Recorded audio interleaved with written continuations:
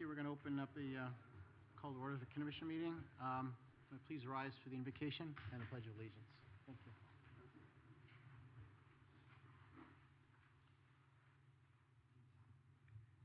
Lord, we come to you today asking for your guidance, your wisdom, and your support as we begin and execute this meeting.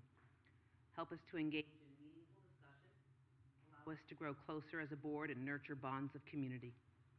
Fill us with your grace, God, as we have conversations and as we make decisions that will affect the residents of Lee County now and into the future. And continue to remind us that your requirement is always to act justly, love mercy, and walk humbly with you. Amen. Amen. Pledge allegiance to the flag of the United States of America and to the republic for which it stands, one nation, under God, indivisible, with liberty and justice for all.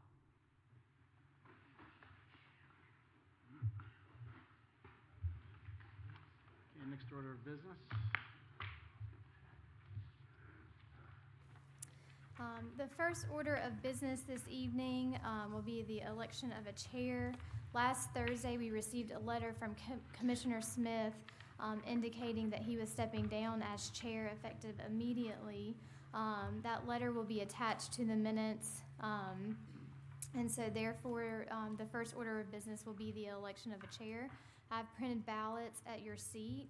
Is there a motion to vote by ballot? Motion to vote by ballot. Any discussion? All those in favor say aye. Aye. Any opposed? All right, if you will go ahead and vote by ballot, pass that to the clerk, and make sure to sign your ballot as well.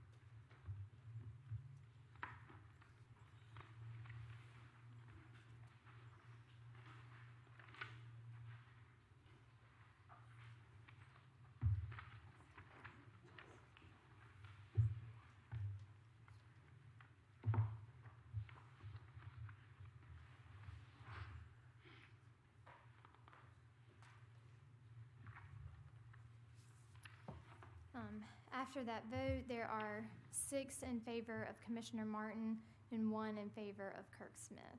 At this time, I will turn the meeting over to Commissioner Martin, who will serve as chairman until our next organizational meeting. So, thank you.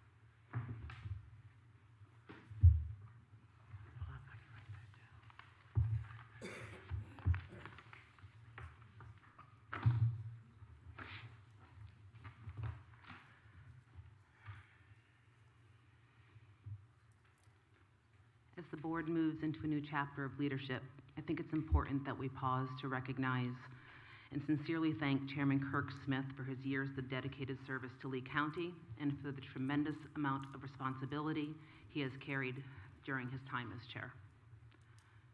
Serving as chair involves far more than presiding over meetings. It requires countless hours of preparation, regional coordination, committee work, relationship building, and representing the interests of Lee County across numerous boards, organizations, and governmental partnerships, much of which happens quietly behind the scenes and often goes unseen by the public. Over the years, Kirk has consistently stepped forward to shoulder these responsibilities and to represent this county with commitment, experience, and institutional knowledge. Regardless of differing viewpoints or recent challenges, that level of service and dedication deserves to be acknowledged with respect and gratitude. Public service, especially at the local level, often comes with long hours, difficult decisions, and personal sacrifice.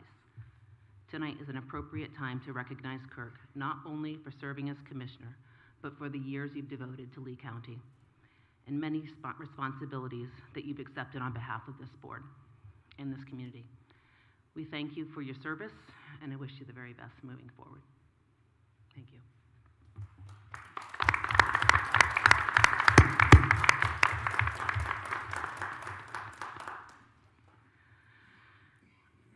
I'm very grateful for everybody that sits around this table, and I look forward to working together collaboratively for the county.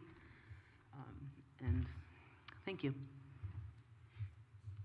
Also, please bear with me as I'm unfamiliar with how these meetings work and will probably stumble a few times and lean to my right and left for direction. So I think we have our agendas in front of us. Are there any changes to the agenda?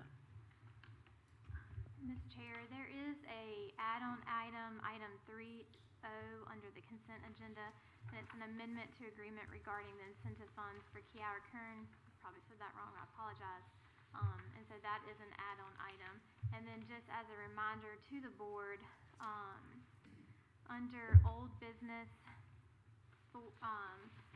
B, the rules of procedure, in order for that to be discussed, there must be a motion to revive consideration or remove from the table, so that can either be done now before the agenda is approved or before any discussion on that item can be taken later. Thank you. Do we want to move forward with a motion to remove the... I'll make a motion to untable the tabling of the rules and procedures. So motion to revive consideration, remove from the table, correct? Yes. Thank you. Yeah. Second? Do we need a second on that? No. We do No. not. Perfect. I have an agenda item to add. Thank you. I'd like to ask the board to approve the manager and other staff to provide a letter of support to the North Carolina Senior Tar Heel Legislative 2025-26 Legislative Agenda, a letter of support from the Senior Center. And I'd also ask that it be moved to the consent agenda for immediate action. Thank you. And do we need a second on that? No, but Thank I you. would go ahead and make a vote on the Commissioner Vorbeck's motion and then Commissioner That's fine. Reed's motion. Thank you. Can I have a vote for Commissioner Vorbeck's motion to untable? All those in favor? All those in favor? Thank you. Any opposed? Motion passes. And do we need a motion for Commissioner Reeves' request and put that on the consent agenda? And the other add-on item, if that's okay with you, Commissioner Reeves, add the Kiara Kern item. That's correct. Okay. Okay. So, a motion to approve? So, yes. Thank you. Any opposed? Motion carries. All those in favor? I'm gonna get this, yeah. Thank you. Motion to approve consent agenda as amended.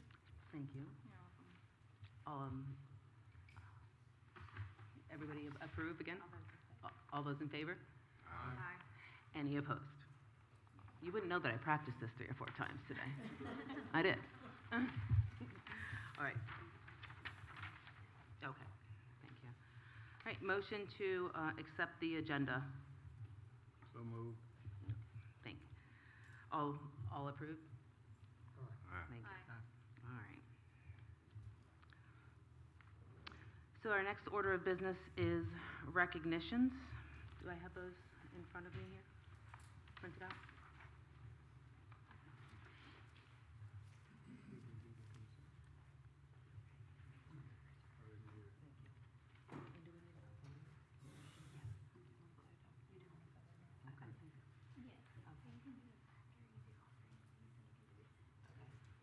Do I have two or three here?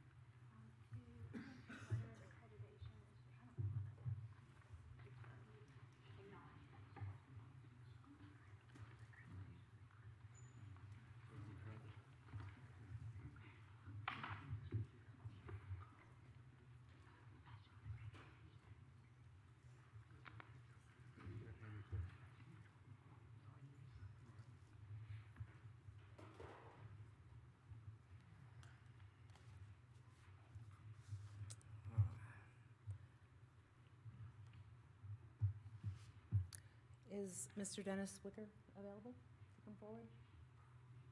Please come.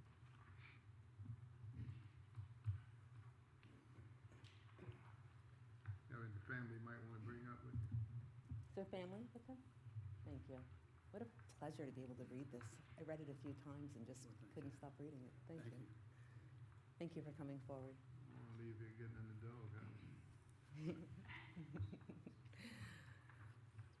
So this is a proclamation honoring former Lieutenant Governor Dennis Alvin Wicker. Whereas Dennis Alvin Wicker was born on June 14th, 1952, into a working-class family as a fourth child of J. Sheldon and Clarice B. Wicker. And whereas Mr. Wicker was raised in Lee County and attended Lee County Public Schools. And whereas Mr. Wicker married his wife, Alyssa O'Quinn Wicker, on November 6, 1982, and they raised their three sons, Quinn, Jackson, and Harrison, in Lee County. And whereas Mr. Wicker graduated with honors in economics from the University of North Carolina at Chapel Hill and his law degree from Wake Forest University School of Law. And whereas, after receiving his law degree, Mr. Wicker returned to Lee County to practice law with his close friend and mentor, Jimmy L. Love.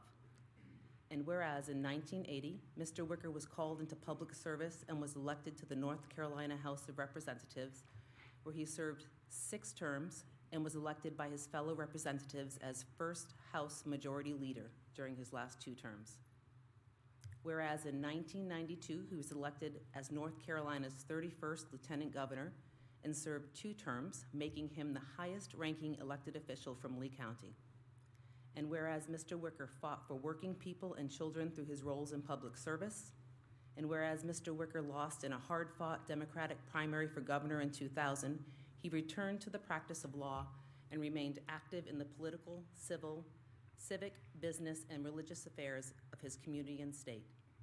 And whereas some of Mr. Wicker's accomplishments include being elected to the board of directors of Coca-Cola Consolidated and First Bank, being a founding member of the Lee County Education Foundation, being recognized as one of the top business leaders by the Triangle Business Journal, being named the 1988 and 2012 Citizen of the Year by the Sanford Herald, being named a champion for children by the NC Foundation for Public School Children, being selected by the NC Chamber for the prestigious Distinguished Service Award, and attending and teaching Sunday school at St. Luke United Methodist Church. And now, therefore, be it resolved that the Lee County Board of Commissioners hereby honor the lifelong dedication of Dennis Alvin Wicker has contributed to Lee County and the state of North Carolina as a lawyer and public servant, and for his commitment to fight for working-class people and children, and his commendable leadership to this community. Presented today, the 18th of May. Please stand and give me some applause with me.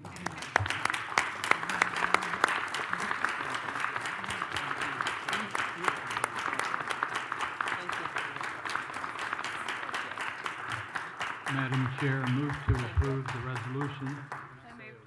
Please. Madam Chair, members of the Board of Commissioners, I'll tell you a quick story, and then I'll conclude this. But I was leaving office, and the press was interviewing me in the Capitol at my office, and it was Dennis Patterson of Associated Press. And he got through with the interview, and he started closing his book and putting his pencil away, and he said, "Well, Governor, you came away from politics after 20 years pretty unscathed." And I said, "Well, Dennis, y'all just didn't dig deep enough." And he picked his pad back up and he said, "Oh yeah, what would we have found out?" And I said, "You would have found out that I was just a regular fella growing up." Madam Chair and members of the board and friends, I'm just overwhelmed, deeply grateful, very humbled.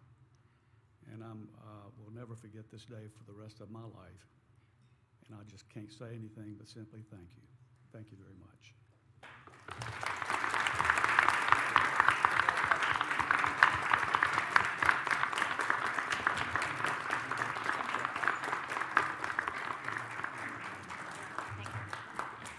Madam Chair, We're actually I going move to, we're actually going to call you back up in a moment for a photo, so you're welcome to stay up here with us, or you can up and down, whatever works for you. Madam Chair, move Sir. to approve the proclamation honoring former Lieutenant Governor Dennis Alvin Wicker. Thank you. All in favor? Aye. Thank you. Thank you. Okay.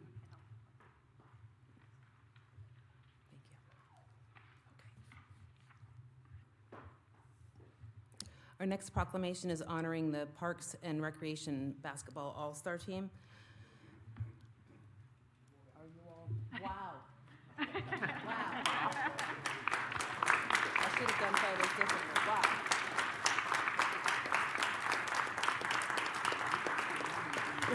You are welcome to come all around.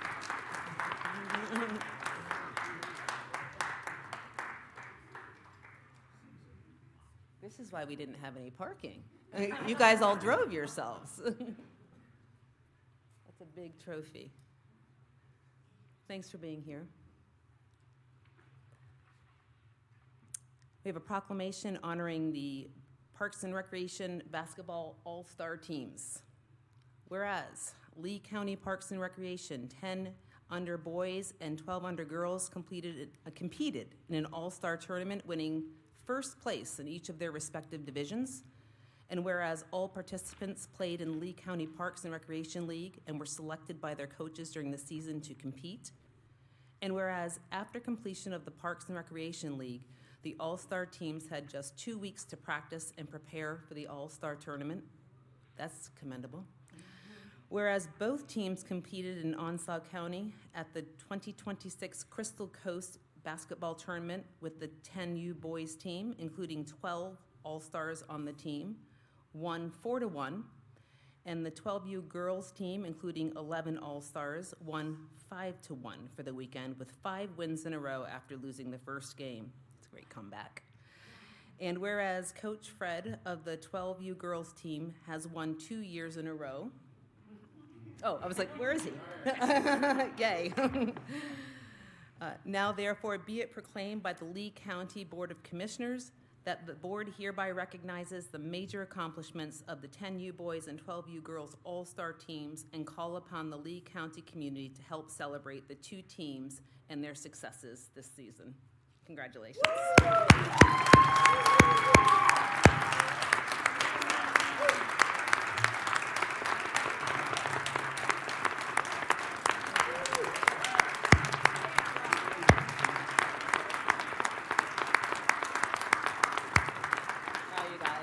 Fantastic. A motion to approve, please. So moved.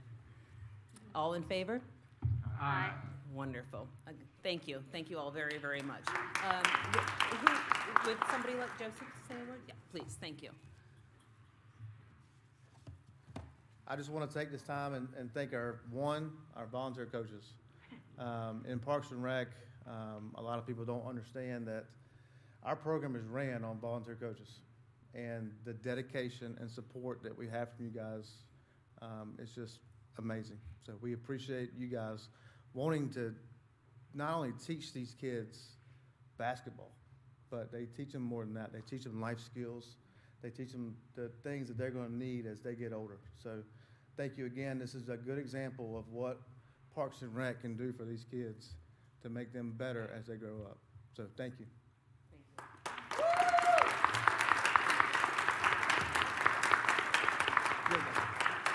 think I'm gonna read one more thing, but it'd be probably easy if you guys just stood slightly to the side, because. Yeah, just going forward, we just need more facilities. You do. That's a good shout out right now.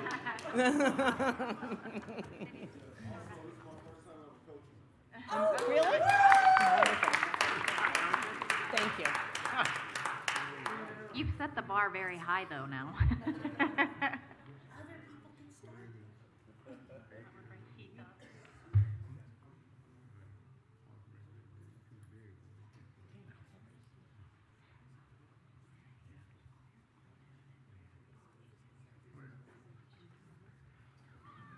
All right, and the final thing I'd like to do from this section of the meeting is Mr. Kane here?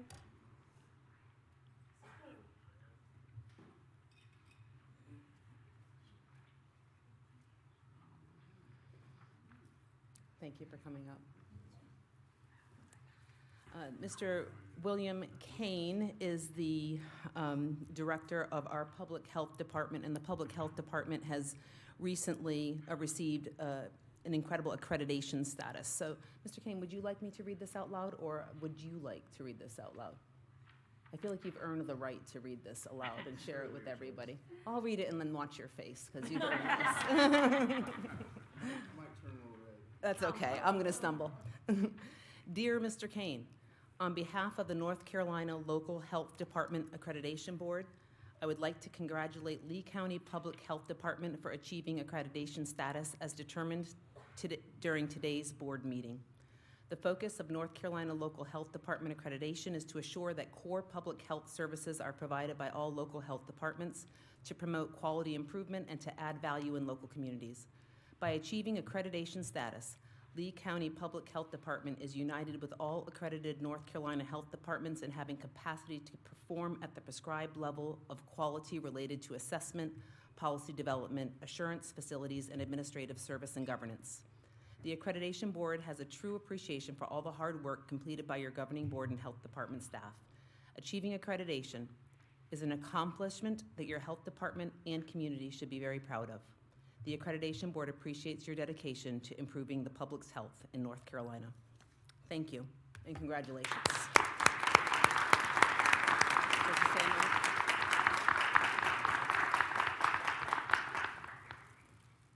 Good evening, Board Commissioners. I speak a minute or two. This is my fourth accreditation cycle here, so that kind of tells you my age. This last cycle was 6 years, not 4, because of the pandemic. So we had to provide records from 147 different categories for up to 6 years. So Jessica Miller to my right, Mandisa McAllister to my left, if they'd like to come up. We changed accreditation managers 4 times during this 6 years because of turnover in staff. We lost a human resources person, and she passed after she transferred to a different role and retired. And early last year, we lost our finance officer. So I lost 64 years of talent, but I've got some great people behind me. And I appreciate what the board does to make this work. And without the 2 ladies behind me, we couldn't have got this done.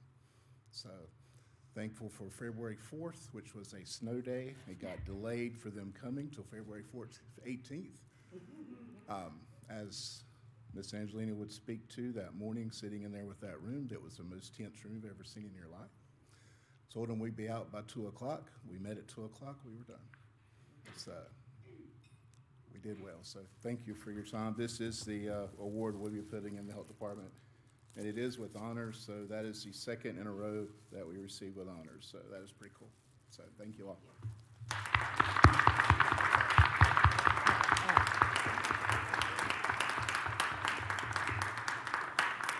Mr. Kane, we're going to grab your photo in a little bit, but if I could first have Lieutenant Governor and Mrs. come up, and we will grab a photo together. Am I correct on that? I think that's what we're going to do, right, Haley? Yeah.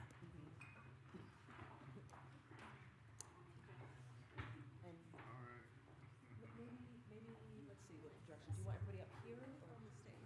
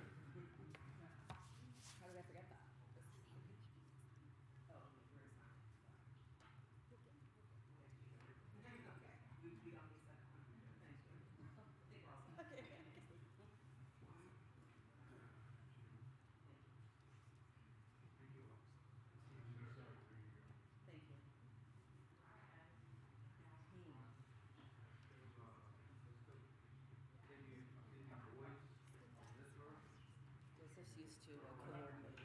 So I need to pull that from Jessica so I can send this. Oh, okay.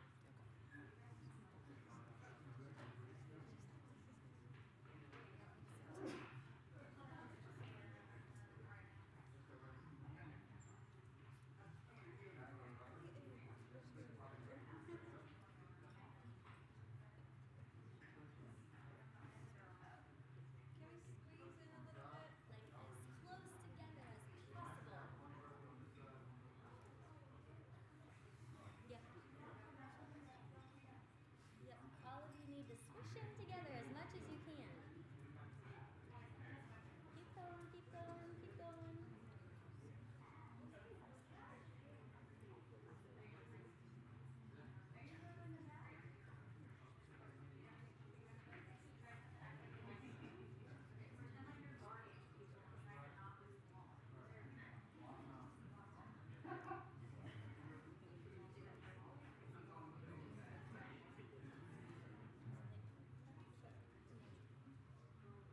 Three, two, one. Oh.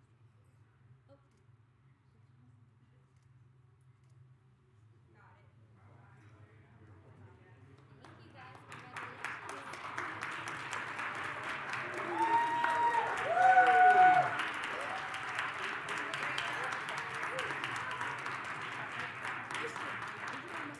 Oh, my shoe. But stop very brand new.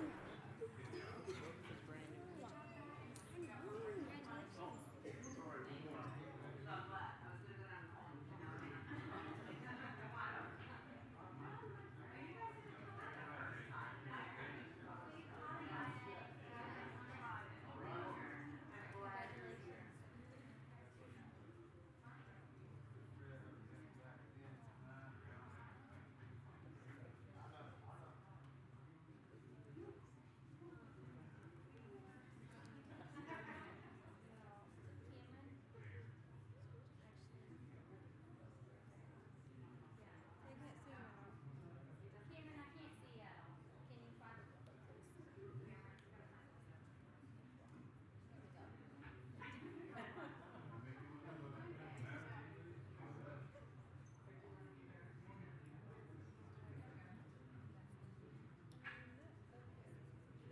Okay.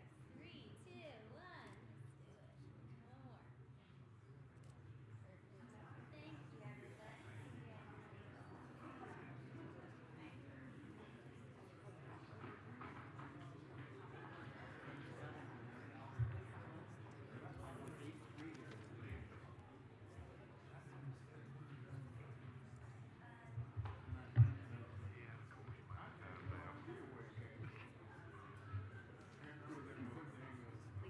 Did we approve the health department? Did we need to? Okay, because that wasn't perfect. Okay. I didn't think we had made a motion, so I just wanted to make sure. I don't think we need to. Okay.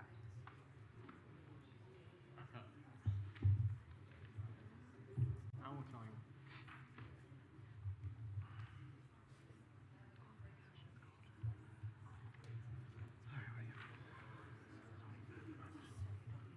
Whitney.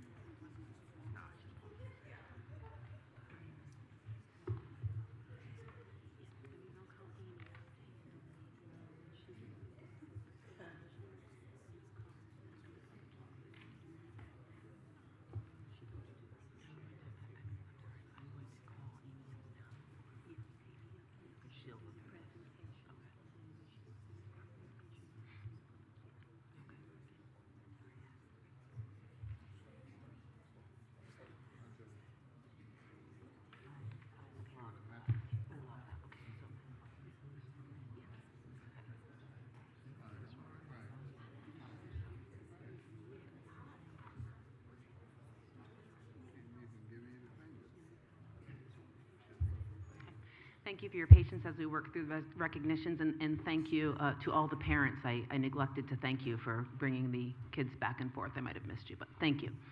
I'm going to ask Amy McNeil to come up, talk through some zoning. Thank you. Good evening, everyone. This is a joint public hearing with the Lee County Commissioners and the Lee County Planning Board. This information is on pages 190 through 218 of the Commissioners' agenda packet and on pages 9 through 36 of the Planning Board agenda packet. And I'll pause at this time to allow the chairman to pose the question regarding conflict of interest. Does anyone on the board have a conflict of interest that should be noted? No? We are all set, Amy. Thank you. Okay?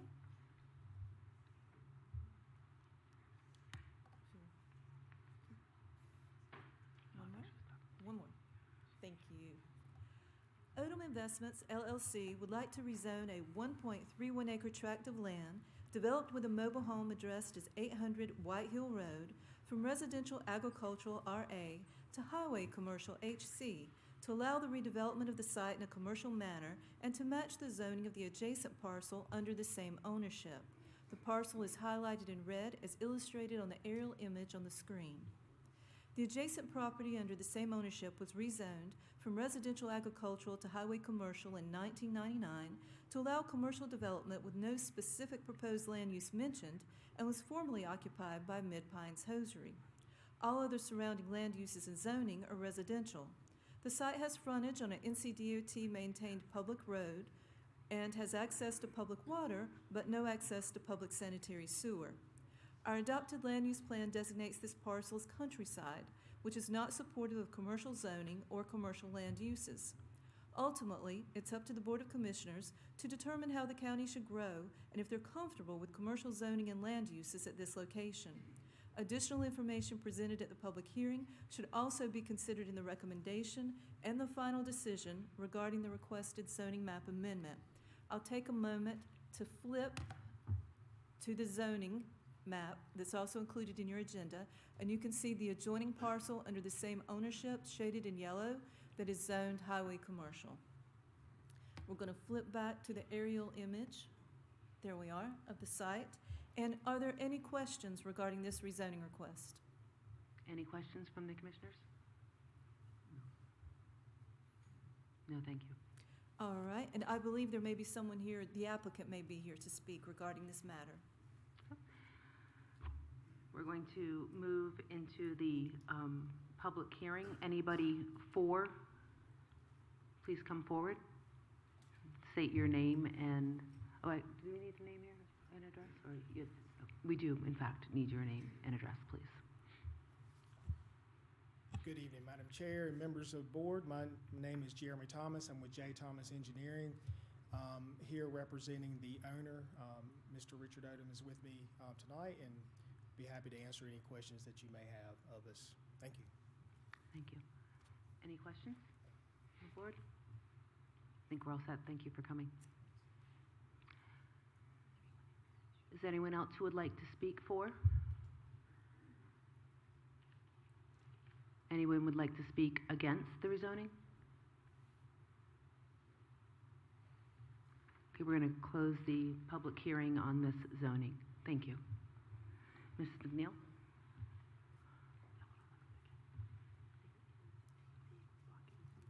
Please hold. Can you wait one moment, please? I have an announcement. Oops, I had an announcement. We have a car blocking a space that we need to ask you to move if you're in here. A lot of text. All right. There's a, oh my gosh. There's a white Mazda. If you have a white Mazda, I'm talking to you. A white Mazda CX-30 parked blocking curbside pickup, license plate CBX1296. We will not look as you slide out to move your car, please. Please go ahead, Amy.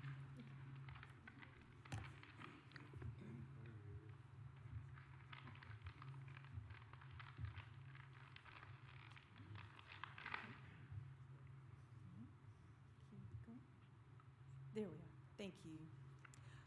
Good evening again. This is our second joint public hearing with the Lee County Board of Commissioners and the Planning Board. The information starts on page 219 of the Commissioners' agenda packet. We have an application by the Lemon Springs Volunteer Fire Department to rezone a 1.3-acre tract of land developed as the Lemon Springs Volunteer Fire Department and addressed as 1138 Greenwood Road from residential restricted to residential agricultural to highway commercial HC to allow a proposed building addition. The existing fire station was built in 1980 under the old Lee County zoning ordinance, which allowed fire stations by right in all county zoning districts. The proposed addition must comply with the Unified Development Ordinance adopted in 2006, which allows fire stations by right in all commercial zoning districts and fire stations in all residential zoning districts upon issuance of a special use permit. Rezoning this parcel to a commercial zoning district will allow the proposed building addition to proceed with staff-level approval, subject to compliance with the UDO development standards, such as parking standards and landscaping standards. Therefore, the Lemon Springs Volunteer Fire Department has submitted a request to rezone this site to highway commercial, since the 3 adjoining lots to the west are already zoned highway commercial. The site has frontage on an NCDOT-maintained public roadway and access to public water, but not public sewer. There's residential zoning and land uses to the north and east, commercial zoning and land uses to the west, and O&I zoning with Greenwood Elementary School to the south, opposite Greenwood Road.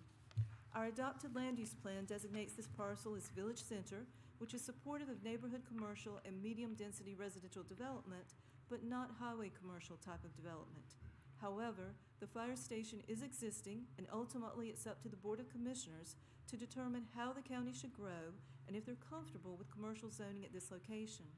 Once again, additional information presented during the public hearing should also be considered in this rezoning request. Are there any questions? Any questions from the board? Amy, the only question I did have, just making sure the parcel is currently right next to the Lemon Springs Fire Department, or?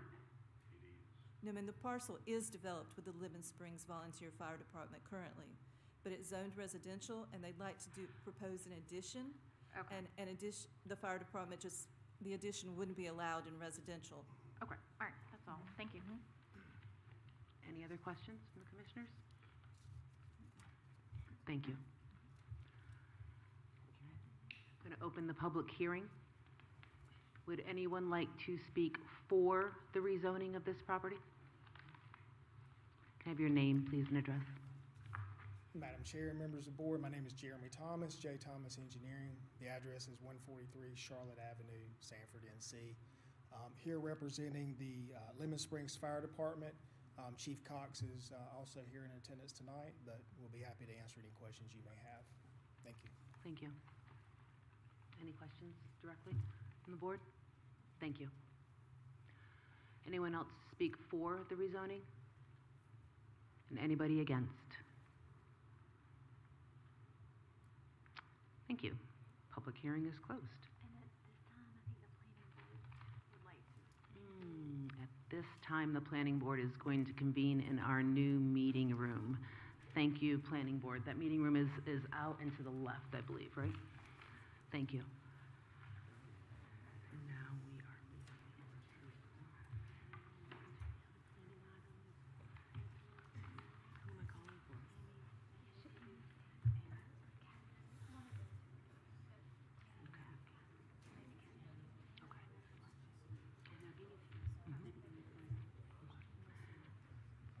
At this time, we're going to move into planning items, planning board recommendations on request to rezone. Amy? Yes, ma'am. The next PowerPoint presentation will illustrate. Could I ask you to stop just for one moment? Is there any course. way we could turn the sound up when the person is speaking at the podium? Can you adjust that a little bit? That's max. I'll speak louder. Perfect, thank you. Okay? All right. Good evening again. Yes, sir, if you can move to the aerial image. Thank you.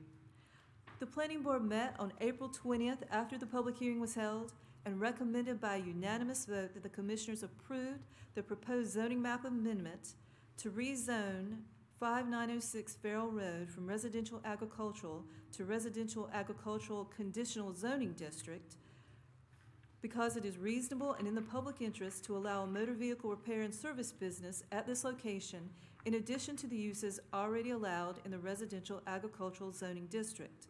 Topics of discussion included that no one spoke during the public hearing, that the only type of business allowed would be the motor vehicle repair business, the project landscaping requirements, such as the street trees and the buffer requirement between the adjoining property owners, and that there may be noise associated with the new business use that is not regulated by zoning. In making this recommendation, the planning board determined the request is not consistent with the planned Stanley land use designation of countryside because this place type does not include commercial zoning or land uses. As a reminder, the commissioners should make 2 votes regarding this matter, one on consistency with the Plan San Lee, and one to either approve or deny the rezoning request. I've drafted sample motions for you, but you're always welcome to draft a unique motion if preferred, and you can always vote that the request does not align with the Plan San Lee designation and still vote to approve the request. Are there any questions? Questions from the board? All right.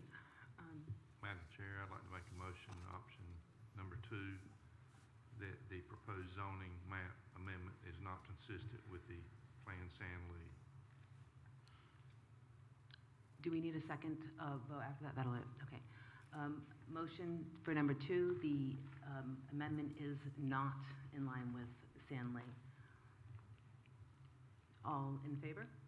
Aye. Any discussion? Any opposed? Thank you.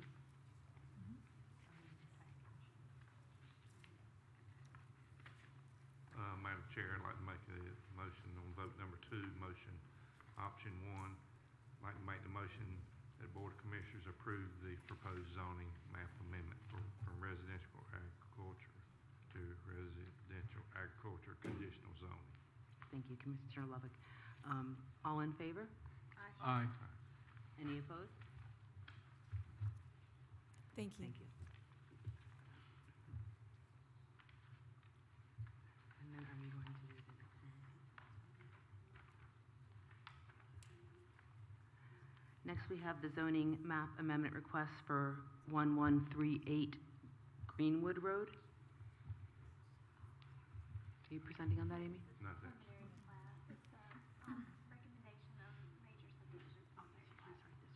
Oh, I see. That's Pardon okay. me. Our next item is going to be a recommendation regarding a preliminary subdivision plat. It was reviewed by the Lee County Planning Board last month, and our subdivision planner, Catherine Sheeran, is going to present that recommendation this evening.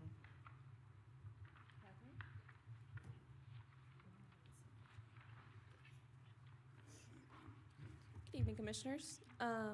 Unfortunately, there were some technical issues with my PowerPoint presentation. However, all of the exhibits that were included in my presentation can also be found within your agendas, starting on page 309 through 312.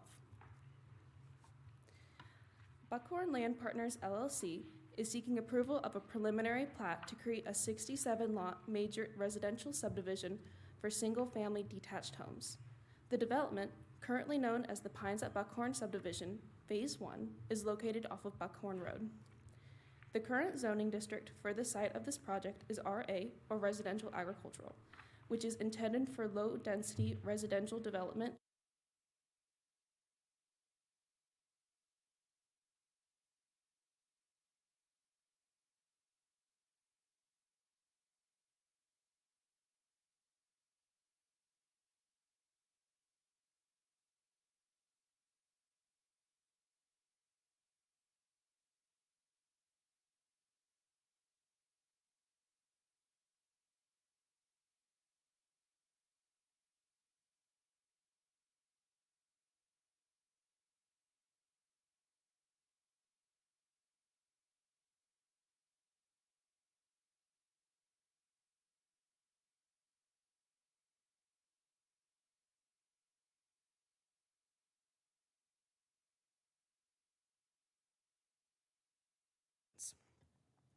Internal public streets are to be maintained by NCDOT when they become eligible.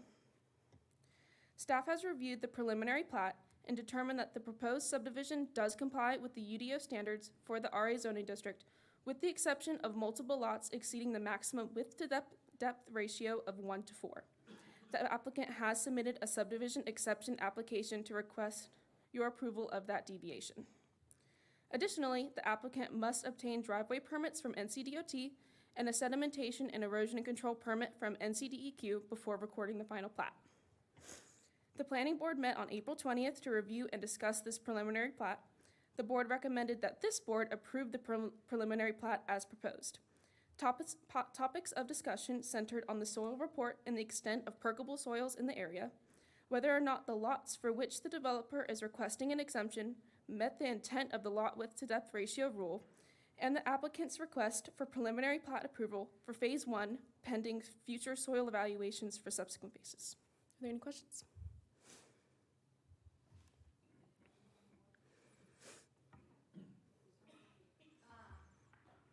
Remind me again how many lots would make 4 to 1? I know Amy answered this last week. I think it's 2.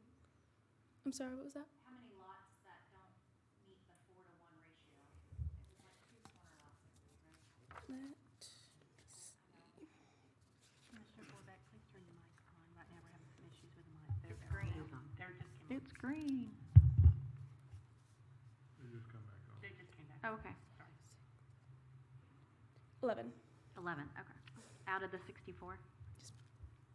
or 67. 67, okay. Were these cul-de-sac They were the, lots? There are cul-de-sac lots, and I believe there are 1 or 2 lots that just barely exceed that 1-to-4 ratio. okay. And then which school district would this be?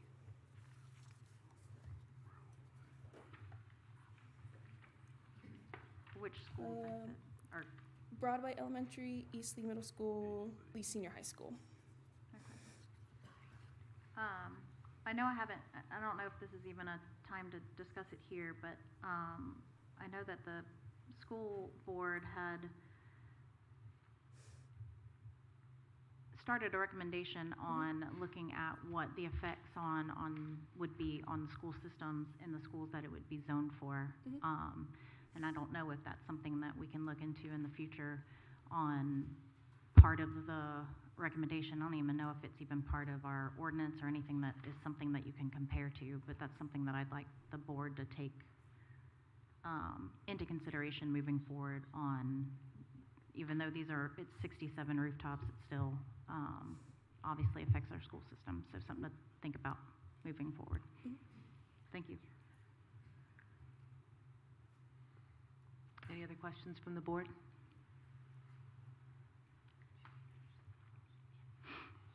Do I have a motion to approve? All in favor? Aye. Any opposed? Thank you. Thank you. We're going to take a 10-minute break here. We're having some trouble, you might notice, with our system, so take a moment and we'll come back in 10 minutes. Thank you.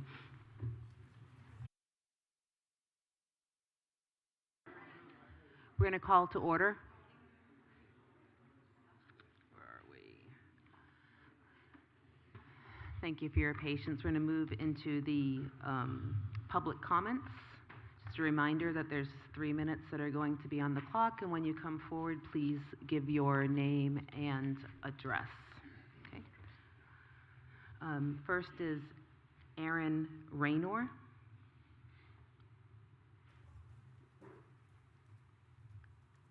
Welcome. All right. I'm Aaron Rayner, 2722 Water's Edge.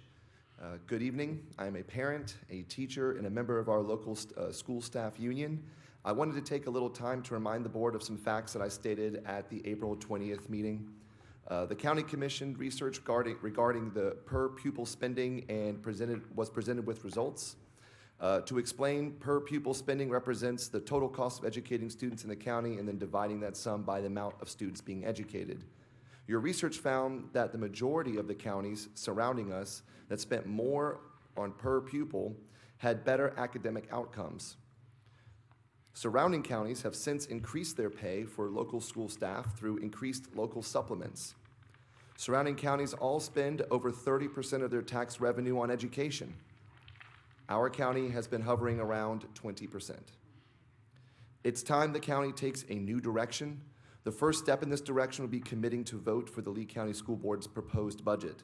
This budget would commit about 24 or so of our percent of our revenue towards schools. It's a small step, but it's one that needs to be taken. Thank you. Thank you. Next is Kayla Wibalda.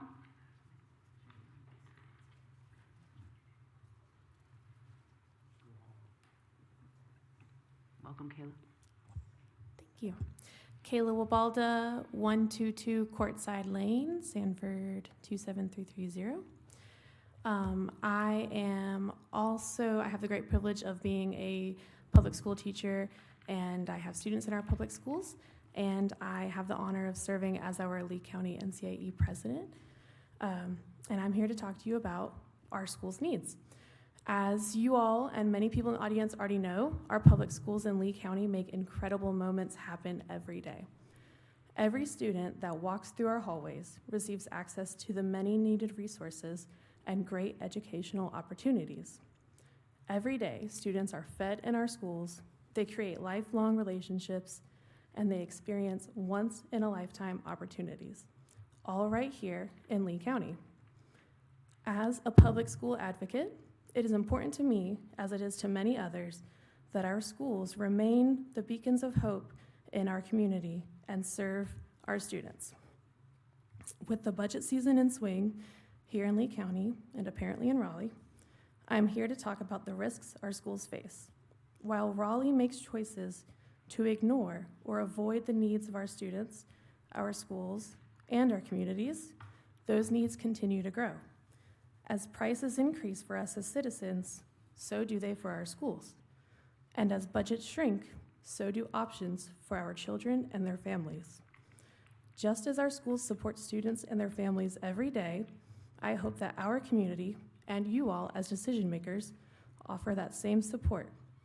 And when the state fails to prioritize our children and their public schools, I hope that this board steps up and stands in the gap the same way educators do every day. Thank you. Thank you. Ms. Healy, am I going to pronounce your last name correct? Is it Purge? Porridge. Say it again for me. Porridge. Thank you. Keely Porridge, 363 Angel Road. Why is a code of conduct rules essential to any government position representing residents? Fostering a respectful environment and maintaining public confidence. I still have difficulty now in talking in a public forum, even after fighting against fracking and beginning in 2010 and against the coal ash dump that started in 2015. It took us 5 years for that court settlement, and Southern Environmental Law was part of our helping us. I am so glad that many residents kept on coming back. I would like more people to show up at these commissioner meetings going forward, since the threat of a pipeline is in Chatham County. So many of the commissioners and the mayor were not confrontational or intimidating or bullying the residents. I feel Mr. Smith has set the tone for this board. You could have done better. I hope this is a new tone of collaboration with a positive language that builds trust. And updating the UDO, which is a live document on data centers and their rules, should be a priority in making changes before it's too late, since data centers are in the news and we need to be on top of it. Thank you very much. Thank you. Mr. Randy Nixon.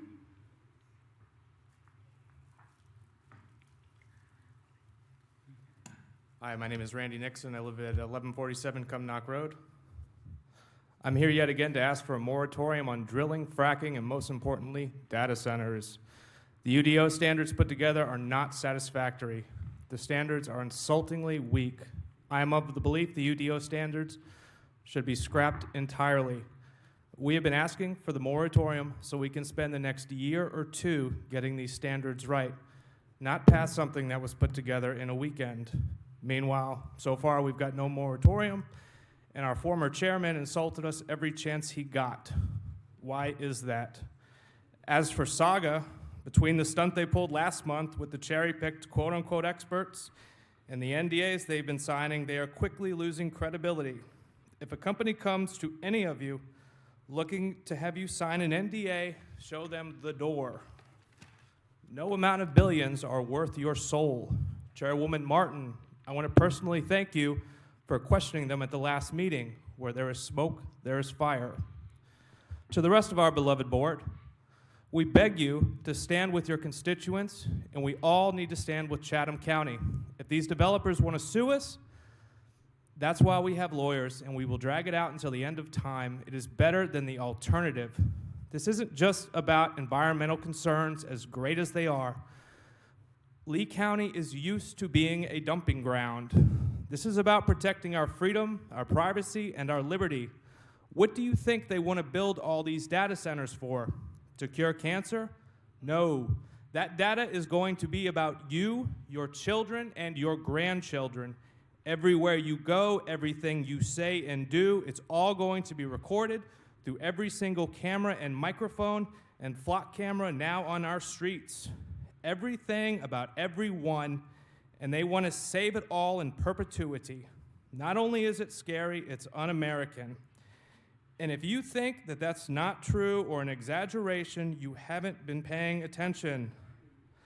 Other counties will be steadfast, and we need to make sure we are amongst them if we are going to prosper in the long run. Benjamin Franklin once said, "If you are willing to sacrifice liberty for safety, you deserve neither." Let's not betray all those children that were just in front of us, that we were applauding. Thank you. God bless America and Lee County. Thank you. Lada Block? Oh, Laura, I believe. I'm sorry. Hello, Laura Block, 1147 Cumnock Road.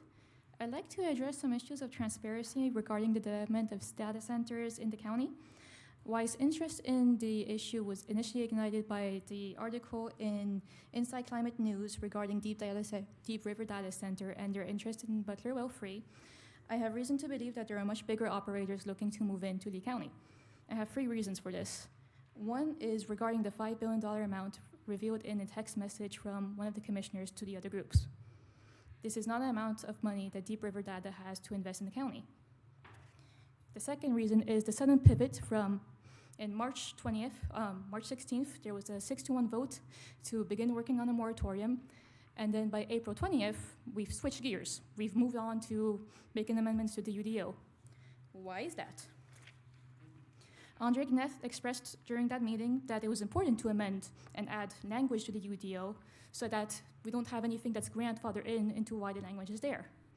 I asked Andre in an email on the 22nd, why wouldn't the moratorium be able to work symbiotically in that manner? We pause and we take time to think. We don't rush. I have not received an answer. April 20th was also eventful, as mentioned previously. We had a number of people from out of state who came to express their support for the amendments in the UDO. Jamie Randolph revealed belatedly that they were invited on behalf of Saga.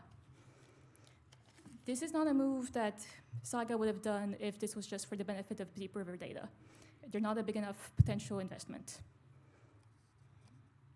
So these are my reasons for believing that someone much bigger, that is not public information, is interested in Lee County. Microsoft recently announced in March that they will cease to use NDAs with local governments for data center developments. I would like to see a similar pledge taken by our commissioners. Public responsibility should demand public accountability. Thank you. Thank you. Mike Parenta?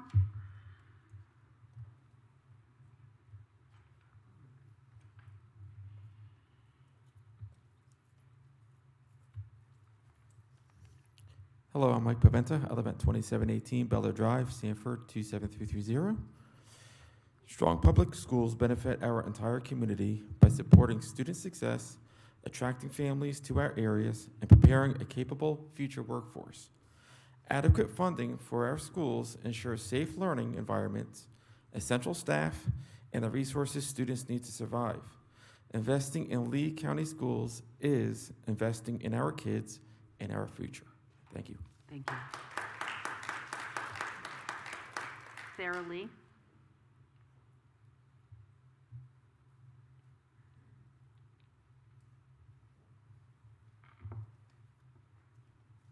Hi, Sarah Lee, 83 Gibbs Road, Lillington. I'm actually a Harnett County constituent.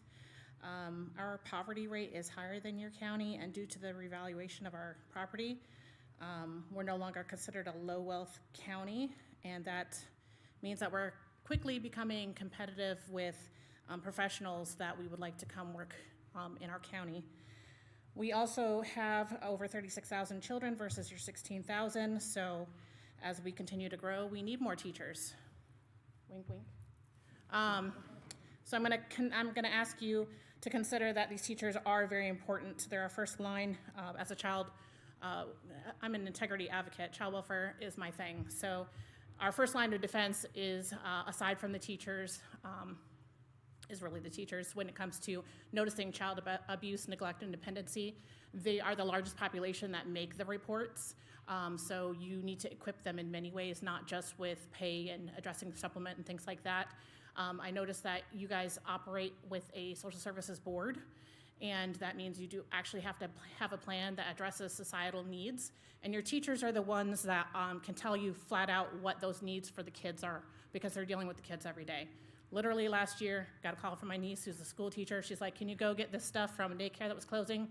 And I was in line, and it was mostly teachers getting stuff because they spend so much of their personal finances in investing in these kids. These are the kids you do not want in your jails, in your prisons. Please don't be building more of those and fewer schools. It's really, really hard to, once you're an adult and you're making bad decisions because you did not have a proper base education, to have to come back from what you've decided is a bad decision in your community. So please invest more in the children, the root of the problem, than you are investing at the tail end when you're putting people in prison, and they're already crowded in North Carolina. We're shutting down another prison facility in the state. There's no room for people. Let's invest in the kids now. That being said, Harnett County would love your school teachers. Have them come work for us. That'd be great. The only alternative to that is addressing the needs that they're bringing before you. I don't know as much as they do about this instance, but all I can tell you is that we'd hire them. We love our kids. We love our school teachers in Harnett County, and please consider what they have to say.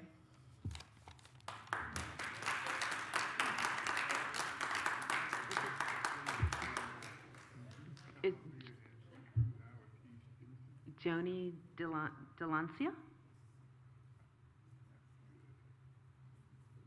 Joni.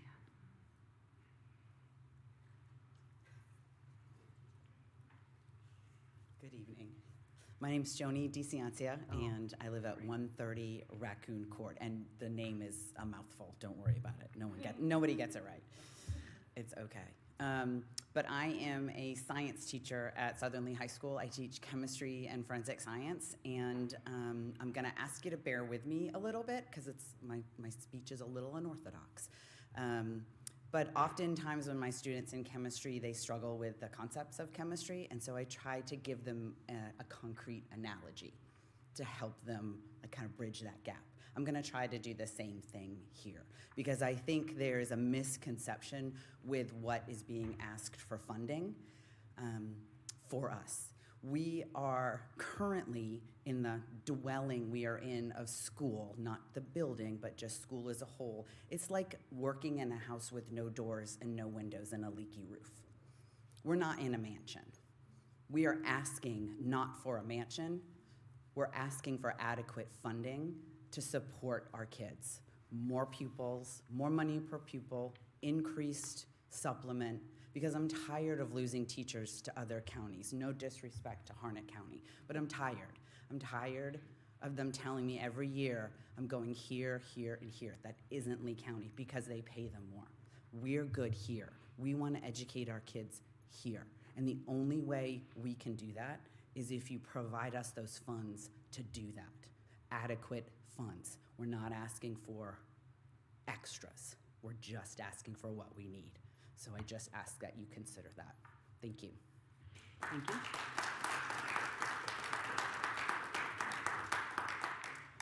Sherry Lynn Womack.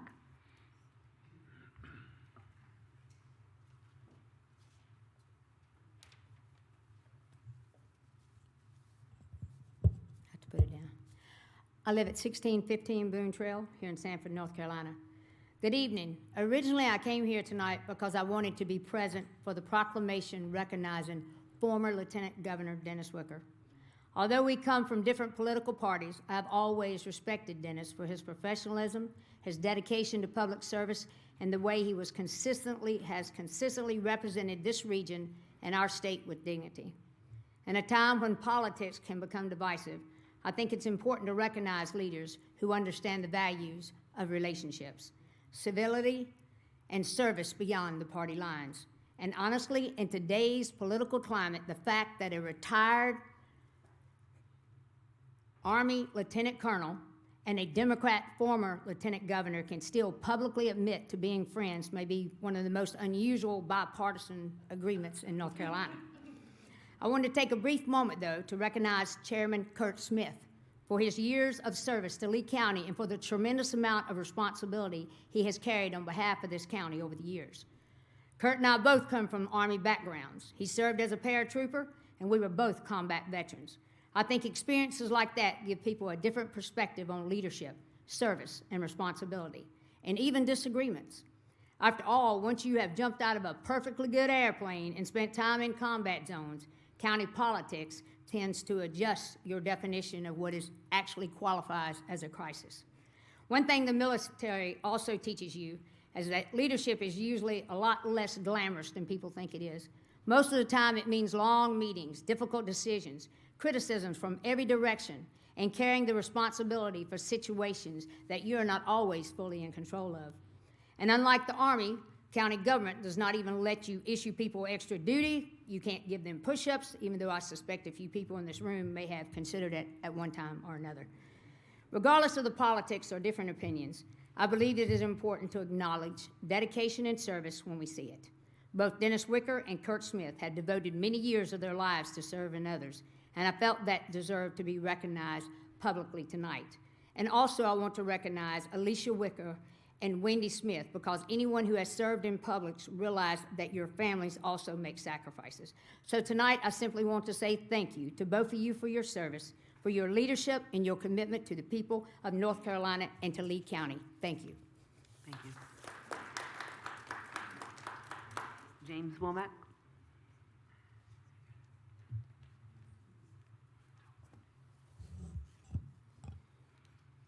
James Womack. I live at the same address she does. My comments tonight, first off, let me just echo the same sentiment my wife just passed along. I too want to thank retired First Sergeant Kirk Smith for his many years of service, and particularly on this board and as chairman. The many fine tasks that he's had to perform over the years, he's done it with great alacrity, and you might not like his style, but I can tell you, you know where he stands on all the issues, and I appreciate that. The taxpayers appreciate you as well. My comments tonight are the subject of county finances and the ongoing budget deliberations. I'm not speaking on behalf of the Lee GOP, nor in my capacity as a CCCC trustee, or on behalf of any organization that I'm a member of. These are my comments from the heart. I do speak for thousands of Lee County taxpayers, though, who are not happy with the spending of this county and the budget priorities of this board and your county staff. First, I recently learned that the county manager has a draft proposal for an increase of 7.5% on the Lee County property taxes. This despite the fact that the county's tax base is growing at a clip of 3.9% over the last 5 years. Now, the inflation rate has averaged 3.8% over that same period of time. So frankly, there should be no need to increase taxes given the organic growth that we are sustaining. The problem you have is that your spending is not disciplined. You are making questionable purchases and extending services not required by law or needed to serve this community. This library is not a mandated expense, yet it is adding over $400,000 cost to our taxpayers annually, about a half cent on our tax rate. Another example, the recent contract negotiation for emergency medical services has been a debacle, to put it kindly. The low bidder, Medics, reportedly was required to negotiate in good faith and appears to have been rebuffed by the county staff when trying to establish the specifics of the contract. County commissioners, to my understanding, were not properly informed about the impasse, and the subsequent attempt to reapproach First Health resulted in an increase of several $100,000 in their bid. So bottom line is that we're going to suffer, the county taxpayers are having that burden passed along to them because of the inability of this county staff to negotiate a proper contract after a request for proposal. I think that and I personally have asked some state officials to look into this, and I hope that they will, because I think there's some hanky-panky going on behind the scenes, frankly. This should never have happened, and there should not be an excuse of passing on that tax burden to our taxpayers this year. Time limits me from describing the myriad other fiscally responsible actions that you can be taking. Let's just say this, that burdening the taxpayers with a 7.5% tax increase this year is inappropriate, and you should hold the line at 65 cents. Thank you. Thank you.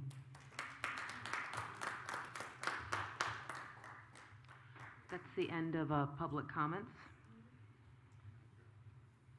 So we're going to move into the first reading of the EMS franchise ordinance with First Health Carolinas. Yes, Madam Chair, this is on for first reading. As the board is aware, we began process of seeking applications in the summer of 2025. We have, in fact, held 3 public hearings back in October 6th, October 20th, and November 17th. At the January 5th meeting, the board did held a first reading with Medics Medical Transport, instructed staff to begin negotiating an agreement. The agreement with Medics was we were unable to reach an agreement for the franchise, and so we have contacted First Health, who was the other applicant who has submitted. And at this time, we are asking for a first reading for First Health on the franchise ordinance. It's attached in the agenda packet, and then we will continue contract negotiations and bring a second reading and contract to the board at our June 1st meeting.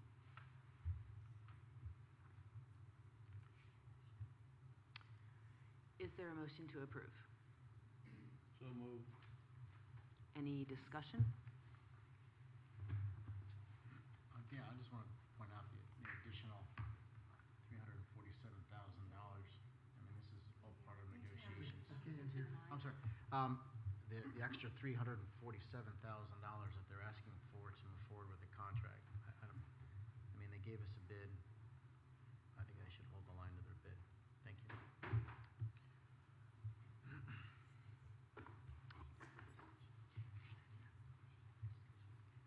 Any other discussion? All in favor? Aye. Any opposed? No. No. Can I call for a Show of hands. thank you. Show of hands for the motion to approve? Got that. Motion passed. We will move on to rules of procedure.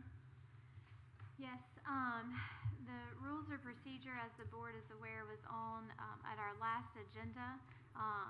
And so at your desk, you will see the rules of procedure that had been updated upon some further discussion in the organization of the board paragraph.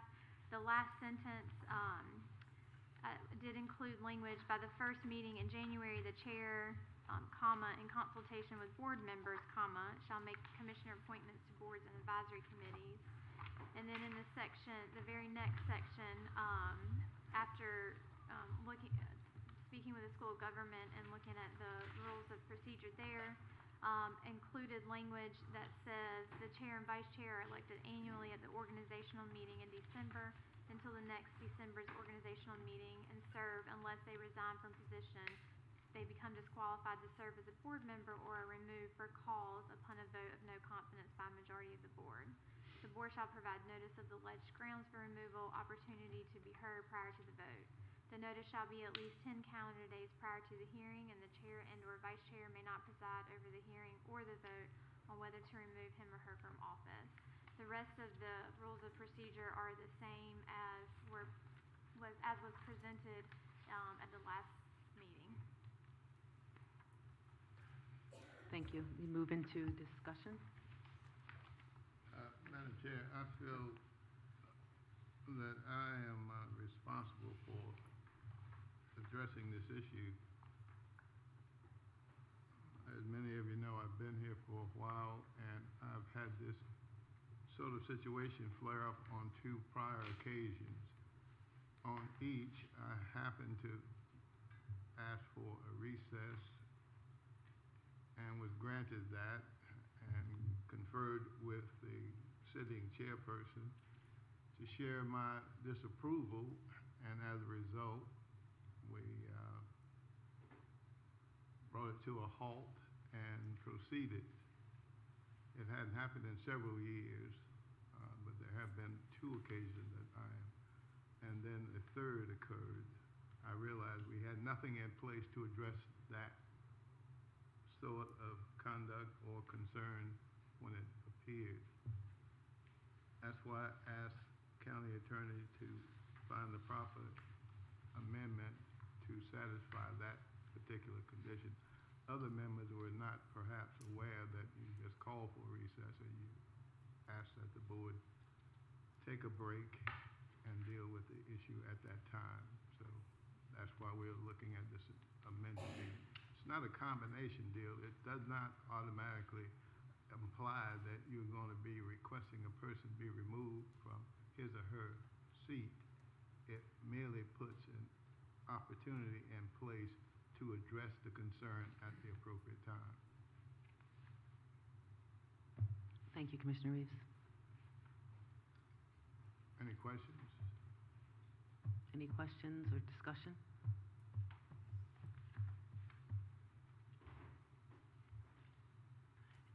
Would anyone like to make a motion? Make a motion to approve the rules of procedures. Just quick, which one, are we doing this revised version? Is that which one we're going on? I was going off the one that's presented with us. At the board, this revised. That is one, yes, yes. And my only concern is, cause. I don't disagree that there aren't causes. Can't hear you. I'm sorry? Can't hear you. Oh, I'm sorry. Yeah. I'm not used to these things. Okay. My only concern is it says cause, and we don't really outline cause. I know there's potential a lot of causes that are legitimate for removal, which I agree to. It just leaves it a little open-ended from me. And there may be some times when that can cause some ruckus on a board, I'm sure. So I wish there was a way we can specify some cause. Yeah, I don't know if you want me to speak to that. I think that was sort of what you brought up at the last meeting, and in discussions with multiple sources. It's difficult to lay out exactly what rises to that level, and so if you have the option for cause has been defined as neglect of duty or misconduct, but that's something that the board would consider at that time when notice has been given, right? Because when the board gives notice that there is the potential to remove someone for the chair, they're going to say what that cause is, an explanation, and give that person an opportunity to come and basically, rebut or explain. I don't think anyone comes to the board meeting with the intent of finding cause. I think the situation occurs, and each of us, if we're being honest and realistic with ourselves, can identify conduct as unbecoming. And at that point in time, you call for a recess or a break to discuss the matter. We're not taking action at that particular time unless it's absolutely necessary. But my goodness, let's not play games. We all know when something is clearly not right. People are not being treated properly. You know that yourselves. Well, I agree with you. Okay. But I'm just worried about maybe in the future people aren't as rational as you are, right? Well, So I'm worried about the future if we don't have something in place. Then we've got a totally different situation. Madam Chair, I would like to say, there was a lot of talk about the staff there was a lot of talk about staff colluding with commissioners. I don't think that's the case at all. The staff did what they were asked to do, and that was to put something in place. It was not to dismiss anybody. You just did your job, and I didn't say it, but I want to apologize if it made you guys feel some kind of way after that. So that's all I got to say. Thank you, Mr. Sharp. There is a motion on the table. All those in favor? Aye. Aye. Any opposed? Motion passes. Moving on to new business, the opioid settlement exhibit B presentation and recommendations. Angelina.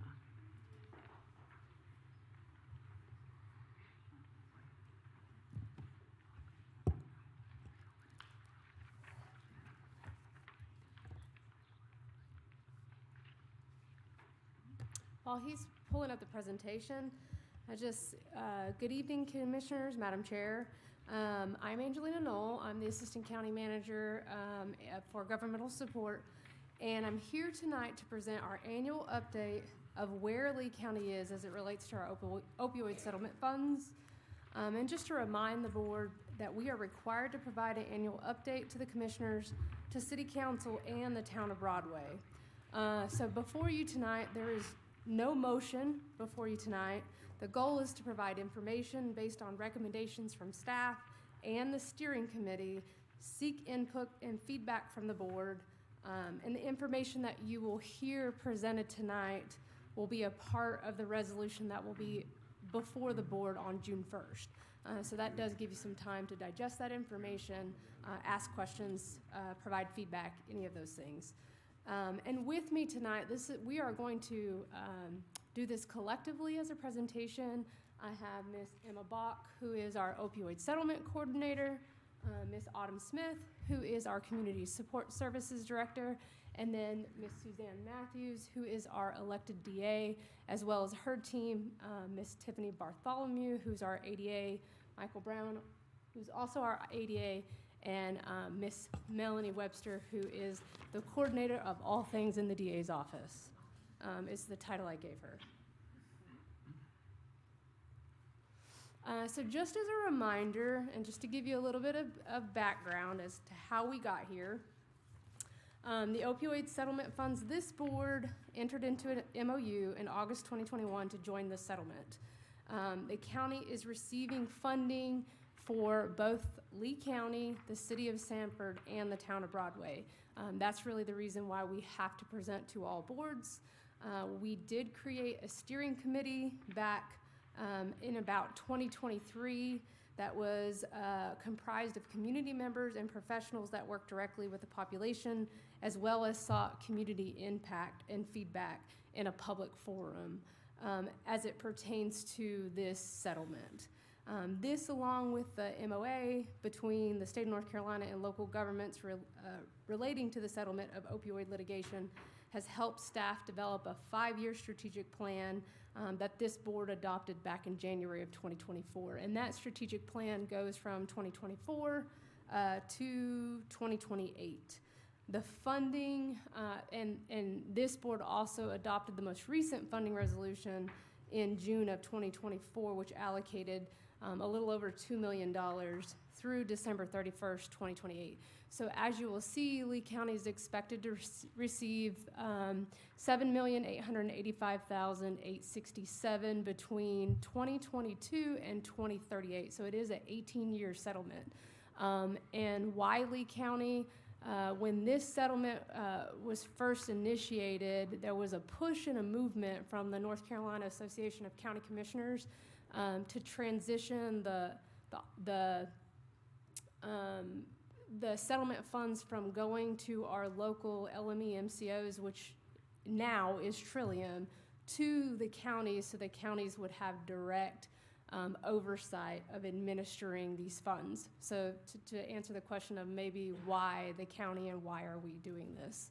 To date, we've received about $3.1 million, and we have spent a little over $500,000. And the main strategies that we have funded, the number one being evidence-based treatment, which is medication for opioid use disorder, and then some work that we are doing with our pretrial and reentry program, as well as our collaborative strategic planning and our part-time opioid settlement coordinator, who is responsible for a lot of the reporting requirements. This is a tremendous amount of work that the county must do in order to be into compliance with this settlement.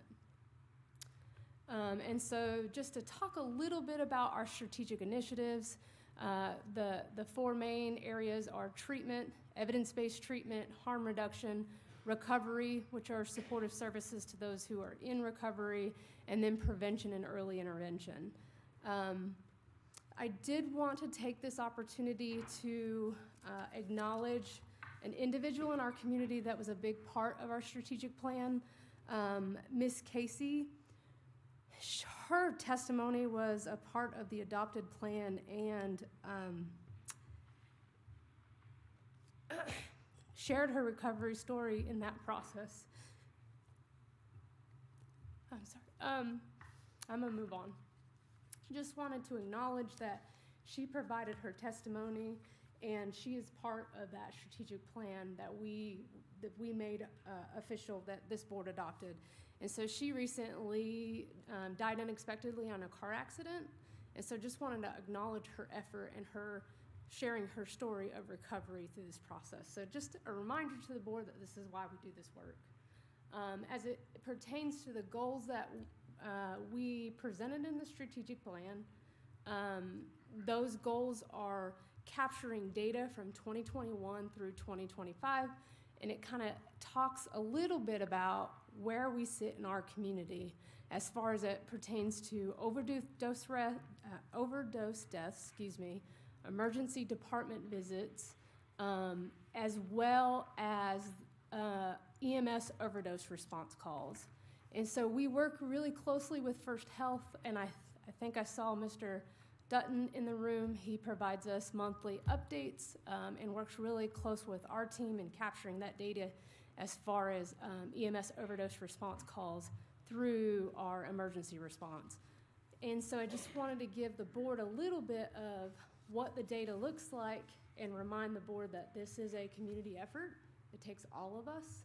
It is not based on just our initiative alone. And now I'm going to turn it over to Ms. Bach, and she's going to discuss a little bit about what Exhibit C is in strategic planning. Hi everyone, good to see you guys. Thank you so much for taking the time to hear from me tonight. As Ms. Knoll said, I'm going to talk a little bit about the strategic planning. So kind of a vague overview of some of the documents we're going to be looking at. So Exhibit A is our high impact opioid settlement strategies. So when we entered into the MOA, these are the strategies that we automatically gained access to. So these are some of the strategies that we have been funding for the past few years. So now kind of thinking about, as we're beginning to expand what we might be interested in funding, in order to fund options, there is a separate list of options called Exhibit B. These are strategies that we can fund, very similar to Exhibit A. There's just more options. This contains almost 100 options. And in order to participate in the strategies and fund the strategies in Exhibit B, we must do the collaborative strategic planning process, which is what I'm here to talk about tonight, which is called Exhibit C. I apologize, I know that's a lot of letters and moving parts. So Exhibit C are worksheets that were provided to us from the Opioid Settlement Technical Assistance Team, which is part of the DOJ. This is the collaborative strategic planning process. We met with their strategic planning committee, as Ms. Knoll talked about. These included representatives from the DA's office, schools, county departments, local providers, various community organizations, and law enforcement to kind of see where the needs are in the community. So a little more background of why we have chosen to unlock the Exhibit B options. The biggest one is interest in moving forward with a drug treatment court or adult treatment court. There has been a large interest from the community to develop this. In order to fully fund this, we have to unlock the Exhibit B options. This also allows us more opportunities to fund different strategies as we kind of move forward in this process and gain a better understanding of what the community's needs are. And finally, there's more flexibility in the reporting that we provide to the state. Part of going through this new collaborative strategic planning process is we get to set our own metrics. So we get to identify what success looks like for us, which makes us look even better in the long run.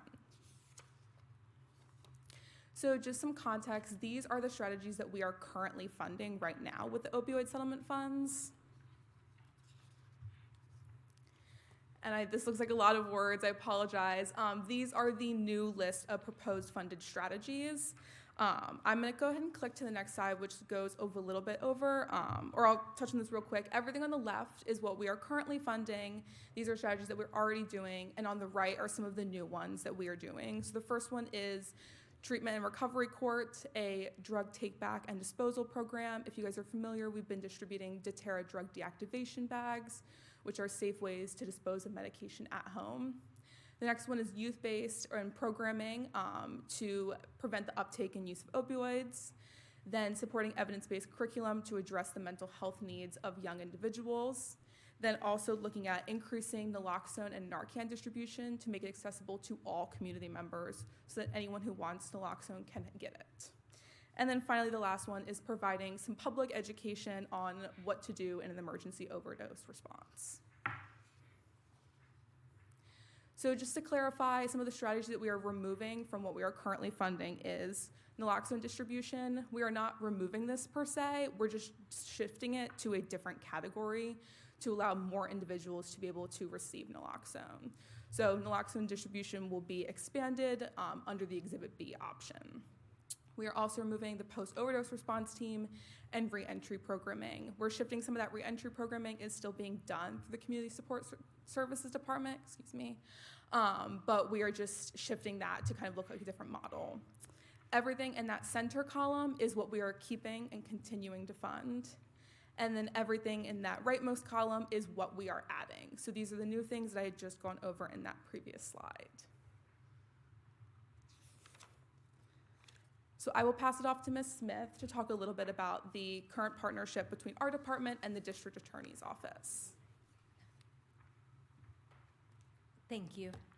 And I'm going to make this as brief as possible because I want to make sure that I give Ms. Matthews enough time to speak. But I did want to just point out that Community Support Services has been partnering with the District Attorney's Office since approximately 2005, when it was a one-person program called Pretrial,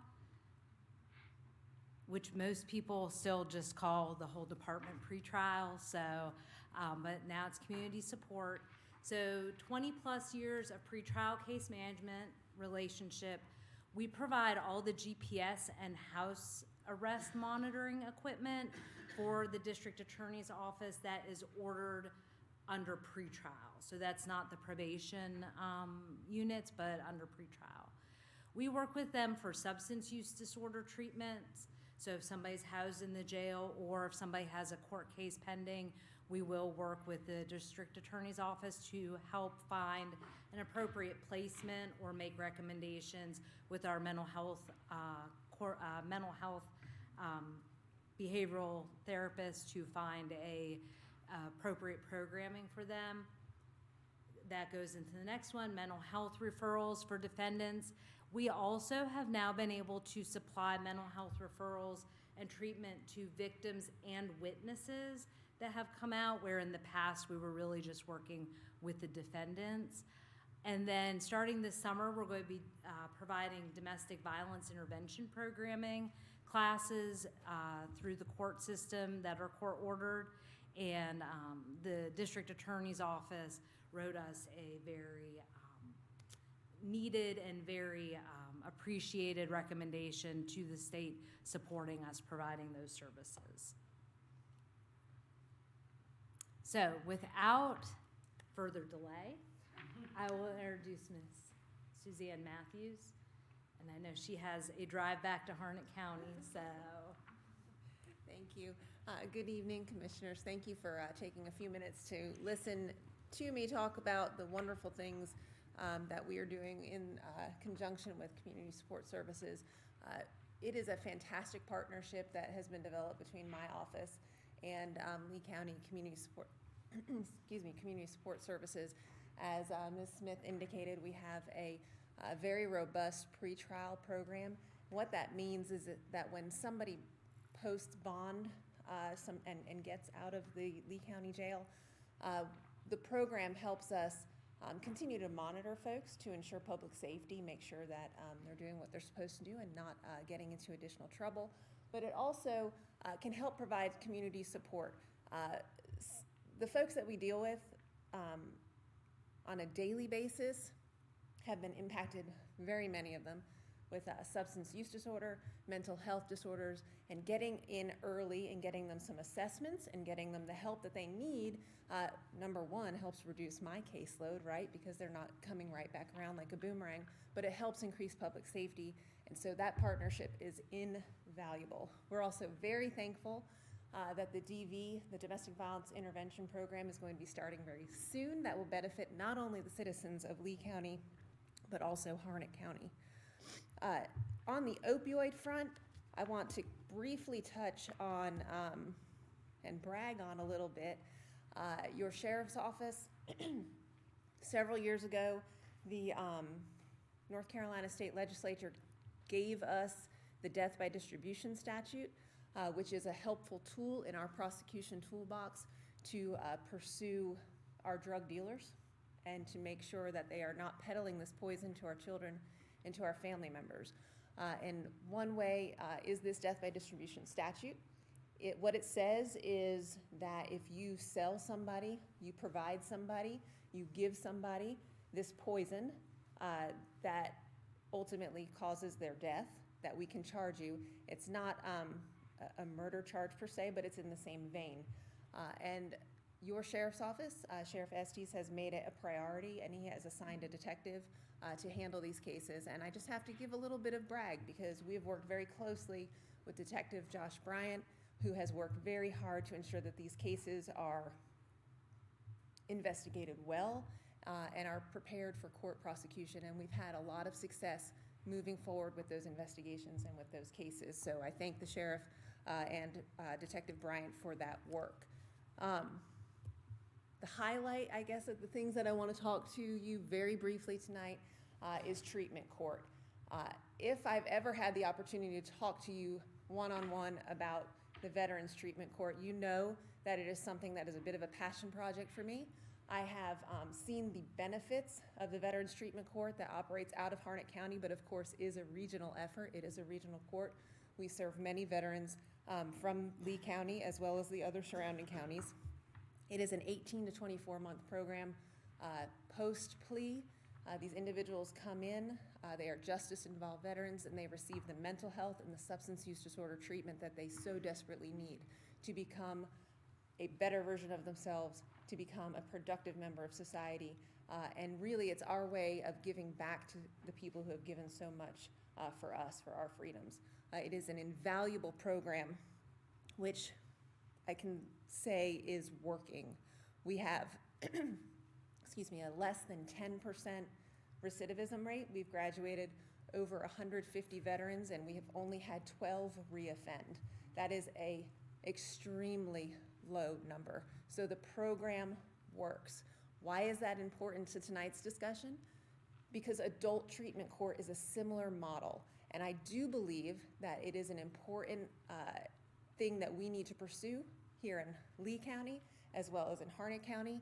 We do have the support of our Chief District Court Judge, Judge Frank Wood. I do believe that he would be standing with us to say that this is a valuable program to pursue, and I would encourage you to consider it moving forward as part of your opioid settlement discussions, to find ways to support, to fund, and to grow this program so that members of our community as a whole, not just veteran members, but all members of our community can have access to the type of treatment that they need to overcome opioid and other substance addictions. So that is what I have to say on the opioid front. But while I'm here, I'm going to take a personal point of privilege and brag for just a minute on my incredible staff. when I took over in 2021, when I was elected to the first term, we were in the middle of a COVID shutdown, if you can all remember back to that. And when I took over, it was tough. And we were in the middle of COVID, and I faced, and my staff faced, a tremendous backlog of cases. It didn't get better because then they gave us e-courts. And so we started to make some progress. We started to claw our way out of the COVID backlog, and then we were hit with, by the way, you're a pilot county. Good luck, Godspeed. Here's this new digital court system, figure it out. And we have done just that. And I just wanted to let y'all know that as district attorney, I supervise probably one of the largest, if not the largest law firms in 2 counties. I have a staff of 12 attorneys in addition to myself, a staff of 12 legal assistants between the 2 counties, and they work every day to ensure that the public is safe and that justice is done. And one statistic that I'm so proud of, in October of 2024, in Lee County, there were 22 pending homicide cases. That was 22 cases that were stuck in the backlog. And as of today, we have 9, I believe, 9 pending homicide cases. That is just a little over 18 months. We have cut that backlog more than in half. And so I'm so proud of the work that my folks do. They work very hard every day to ensure the safety of the citizens of Lee County. And I thank you for your support and for your time in listening to this opioid presentation. Thank you very much. Thank you.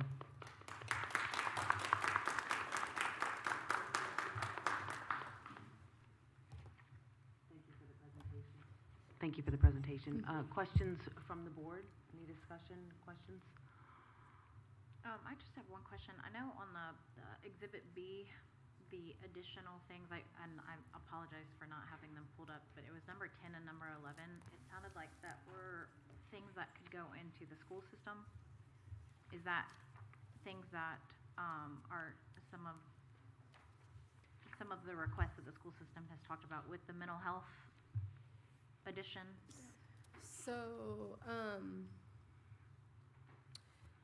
So yes, so we are currently piloting a project now called Rise and Recover in Bragg Street. We work closely, community support works really closely with our behavioral health clinicians and Dr. Shuey at Bragg Street to provide this this seeking safety curriculum at Bragg Street. It was always the intention to be able to offer it to the school system. You know, of course, it would have to be something that they would be willing to take on, and there's some challenges with that, but we have offered that in starting with that as a pilot with Bragg Street. Okay, all right, thank you. I've got a question about the funding. It looks like we got, what, 7.8 million, 2022 to 2038? Mm-hmm. And we pulled down a little over $1 million. Is that our fault, or what's going on? So the way the settlement is actually set and designed is the revenues that we receive kind of are heavy at the very beginning of the settlement period, and then it tapers off. And so currently we've received about $3.1 million in revenues, and our expenditures are a little over $500,000. What we've tried to do in projecting those revenues is take into consideration any interest that we earn on those monies, because we don't want to spend them as we receive them, because it does taper off. And in year 18, there's significantly less revenues coming in. So what we've done is kind of projected our initiatives and the monies for an 18-year period to kind of see and gauge where we are at, plus any interest earned has to be spent in accordance with the MOA as well, in making determinations and recommendations to the board on what we would adopt. Okay, you're satisfied with it, I presume? Yes. And there continuously has been little off settlements that are not in accordance to this MOA, that we are getting additional fundings. They're not large settlements, but we may get, I think we got like $20,000 or $30,000 in one settlement, and we are spending it, even though it's not a part of the actual reporting for the opioid settlements, we are spending it in accordance to the MOA. All right. Thank you. Commissioner Reeves, we've also ran into some issues with the, lack of a better word, the red tape on spending the money, just like the drug court requires the change in the strategic plan to be able to do that. So as they find different things they want to do, sometimes we're getting held up by having to go back and modify things and get sign off by the appropriate people to be able to do those things. Thank you. Any other questions? Madam Chair, I have a question for Ms. Matthews.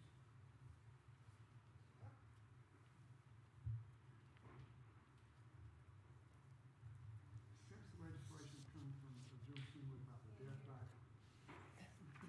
since the legislation come down from the legislature about the death by distribution in our judicial district, do you have like an approximate, are we able to convict those folks, or? We have been. I should have pulled some statistics, but again, e-courts, that makes that a little bit difficult to get the statistics. But we have had success. We have had convictions for death by distribution, for aggravated death by distribution, as well as related manslaughter charges related to opioid deaths. Do we get them to plead down to some of those, like if they're charged with A few of them have pled down. In all candor, some have been charged with death by distribution, but they have pled to manslaughter, for example. But we have also had success in individuals pleading as charged to death by distribution.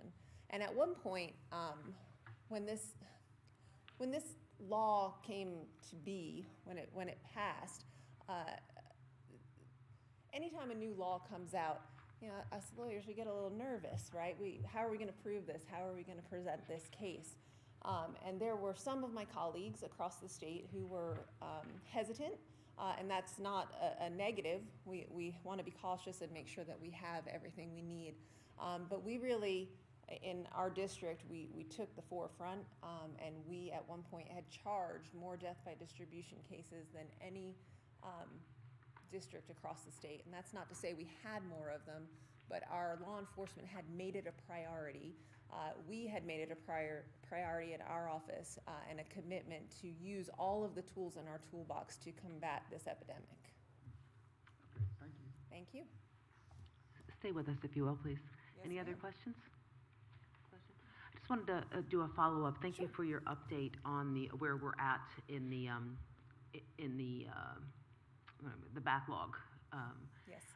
As you play out that trajectory, when do you foresee that you would be caught up from COVID? And I think that we are caught up. We are. The court system is not perfect. There's always going to be delays. Anytime you have a human system, there's going to be delays. But I don't know the exact number of backlog, if you will, but I consider us clear from the COVID backlog at this point. I believe that we have too much work and not enough people, and that's not really a backlog issue. That's a workload issue. So right now, for example, we have the North Carolina Conference of District Attorneys. We did a workload study 5 years ago. We conducted a workload study where everyone in my office was tracking what they were working on every 10 or 15 minutes. We were keeping track. We were keeping track of the number of cases we had. We were keeping track of the hours in court, all of the things. They plugged that all into a formula, and somebody smarter than me said what our workload formula would be. And back then, in our district, for my office, it said that to be fully staffed, my office would need 6 more assistant district attorneys and 4 more legal assistants.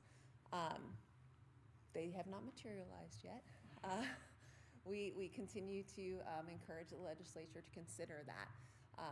So we are doing more with less.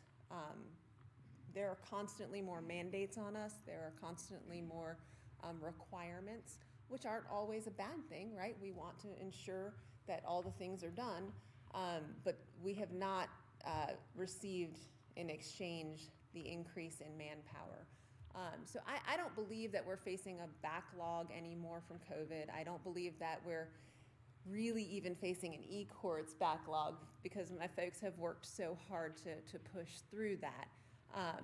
But we are facing a shortage in the people that we need to really do the job well. I would also note that one thing that we are facing in Lee County and Harnett County, for that matter, is we are considered a legal desert, which means that we don't have enough defense attorneys. We have in Lee County at times not one attorney on the court-appointed list. In Harnett County, we have a similar problem. We don't have one attorney on the high-level felony appointed list. And because of that, we can't move cases. Defendants have a right to be represented. They have a right to counsel. And we, if they want a lawyer, we can't speak to them. We can't negotiate with them directly. They have the right to an attorney. So we don't have the ability to move these cases as efficiently as we would like to, because we don't have an attorney on the other side who is stepping up to do the important work of defense work. How can we fix that? One thing that I think we need is a public defender's office. That can't come from y'all. That has to come from the state. But certainly the state can listen to us and can hear us say we need this. And I do think that I've had conversations with our legislative counterparts up in Raleigh about what we need on that front, and I do believe it's time. I think our local bar, for the most part, would also agree that it's time that we need to consider supporting and seeking a public defender's office for our judicial district. Johnston County has one now, but Harnett and Lee do not. So it would be one thing that I think would help us move these cases more efficiently and get them on out of the Lee County Jail to where they need to be. Thank you for your report and for that. Of course. Thank you. Anything else? Can I see? Any other questions? I think we're all set. Thank you. Thank you.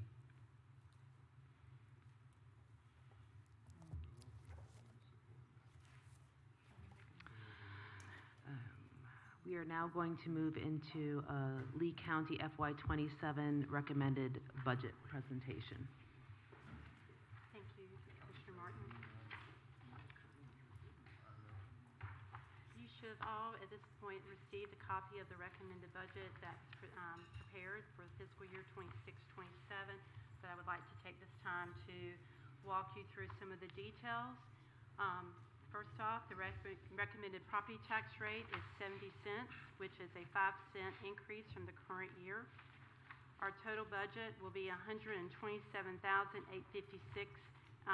Excuse me. Let me try that again. $127,856,002, which is a 7.09% increase.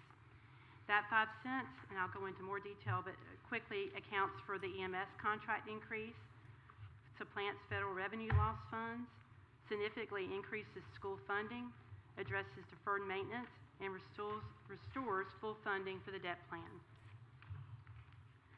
Primary factors for the increase and the costs that make up the tax increase: the emergency medical services accounts for approximately 1.73 cents. The supplanting or replacing the federal reimbursement revenue loss is 0.27 cents. To raise the school funding to a regionally competitive level is 1 cent. Addressing building maintenance backlog is 1 cent. And restore full funding for our debt plan is 1 cent, which comes to the total of the 5 cents. Some other high-level recommendations. There is no expansion of services in this budget. The county is expanding and our service demands are seeing an increase yearly. This budget was formulated, though, to hold our operations flat. Excuse me. There are no additional full-time positions other than the one deputy sheriff position that you will see is actually moving from contracted services back to a normal full-time position. The 5 library positions that were budgeted in this current year started either in October or April of the current year are being fully budgeted for in the recommended budget. There were line item reductions across all departments. All the budgets were heavily reviewed this year, and adjustments were made to each department to align budgets with historical actuals and true needs. We'll move into a revenue summary. Tax-based growth. This upcoming year is the last year before the 2027 revaluation, so all increases have occurred due to natural growth.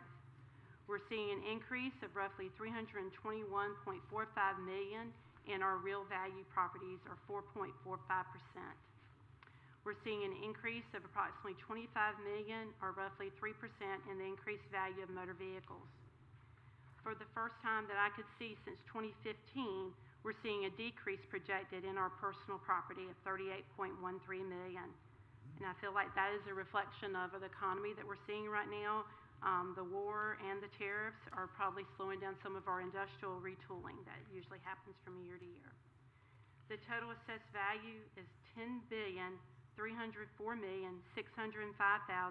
which is projected to produce $1,023,388 in revenue per penny.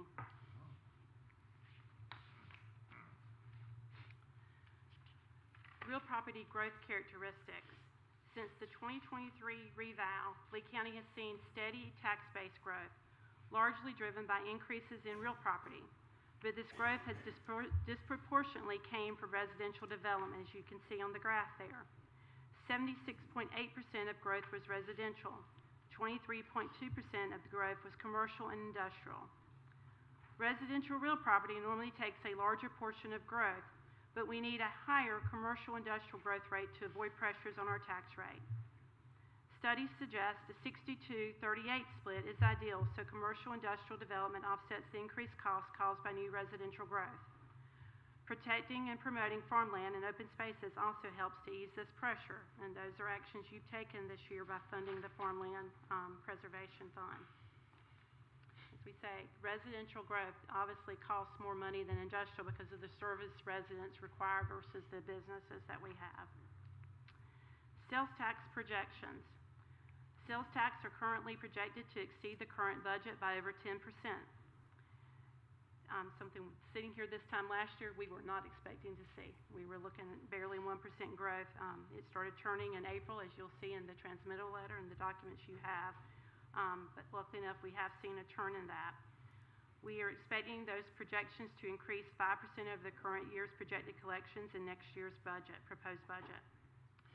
While sales taxes have had significant growth, we are not projected to receive the Medicaid hold harmless payment from the state in the current year.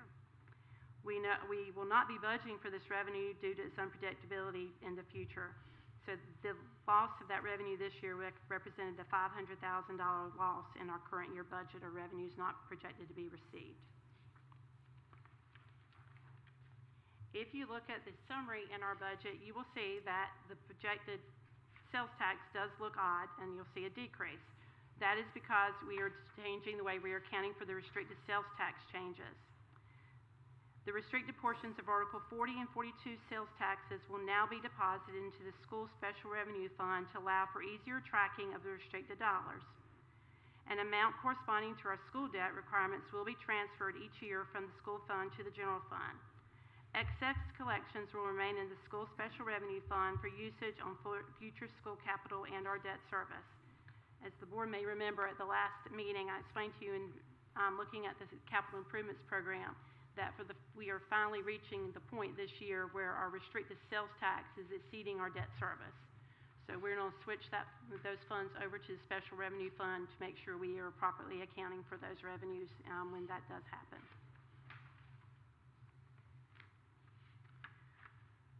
Reimbursement of revenue losses. Enacted on July 4th, 2025, H.R. 1 is reducing the federal government's funding towards food and nutrition services in the state of North Carolina. Federal government has historically provided 50% funding for the administration of FNS, or the Food and Nutrition Services, while counties in North Carolina fund the remaining 50%. The federal participation is being reduced to 25% in October of 2026, increasing the county's required participation to 75%. This resulted in a loss of $373,354 of reimbursement revenue and is accounted for in the recommended tax increase. Other reductions or required local contributions will most likely be coming in subsequent fiscal years. Here you also see a summary of our general fund revenues, and that's where if you look on the local option sales tax line, even though we're projecting growth in that, you'll see a decrease, but you will also see a corresponding increase in the transfers in, not of the equal amount, but you'll see that there, so that offsets that. But you'll see there our total revenues are expected to increase $8,466,916. Moving into expenditures. First major increase that we have seen is emergency medical services. Lee County's current agreement, as you know, expires June 30th, 2026. We received 2 applications. Both reflected a significant increased cost over the county's current contract. The county, in conjunction with this board, was unable to negotiate a mutually agreeable contract with the initially selected provider and ceased negotiations in April 2026. On May 4th, 2026, the Commissioners approved the beginning of negotiations with First Help to continue services on July 1. The projected cost for that is $2,872,459, which represents a $1,767,665 increase from the current year. This increase accounts for 1.73 cents of the recommended tax increase. Lee County Schools. In January 2026, the Board of Commissioners established school funding as a priority and increased the current expense allocation mid-year by $857,186 to cover an additional quarter of the pay plan for classified employees. The recommended budget expands on this commitment, with one of the pennies in the recommended tax increase being dedicated to increasing current expense funding. We also fully covered the school's continuation budget in this budget. So the additional 1 cent is above covering their continuation budget. The total recommended increase for fiscal year 26-27 from the current year's original budget is $2,830,575, or 12.67%. With the ADM of 9,106 in the public schools and charter numbers at 878, which were provided by the Lee County Schools, the new per pupil current expense funding calculation would be $2,522 for fiscal year 2026-27. And you can see on the graph about where that puts us in the funding. It's an increase of 9.92% per pupil. We also are proposing a tax increase to address deferred maintenance. In recent years, we have only been allocating enough to cover a few projects each year, and a backlog of maintenance projects is forming. 27 building improvement projects were requested at a cost of $4,095,839. One of the pennies in the recommended tax increase is dedicated to completing more of our maintenance now before cost increase and other repairs are needed. We are proposing that 17 building improvement projects be recommended at a cost or approved at a cost of $2,626,775. In the budget document you received, we have added a new Exhibit 8, which expands on those projects, both requested and recommended.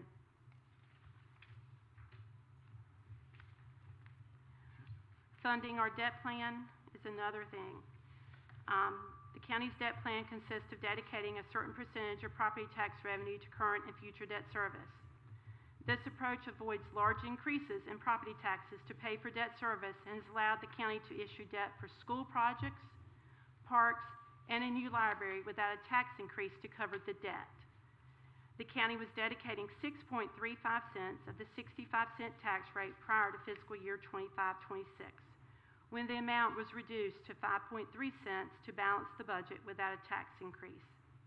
In the recommended budget for fiscal year 26-27, The fifth and final penny in the tax rate increase is dedicated towards restoring the 6.35 cent commitment.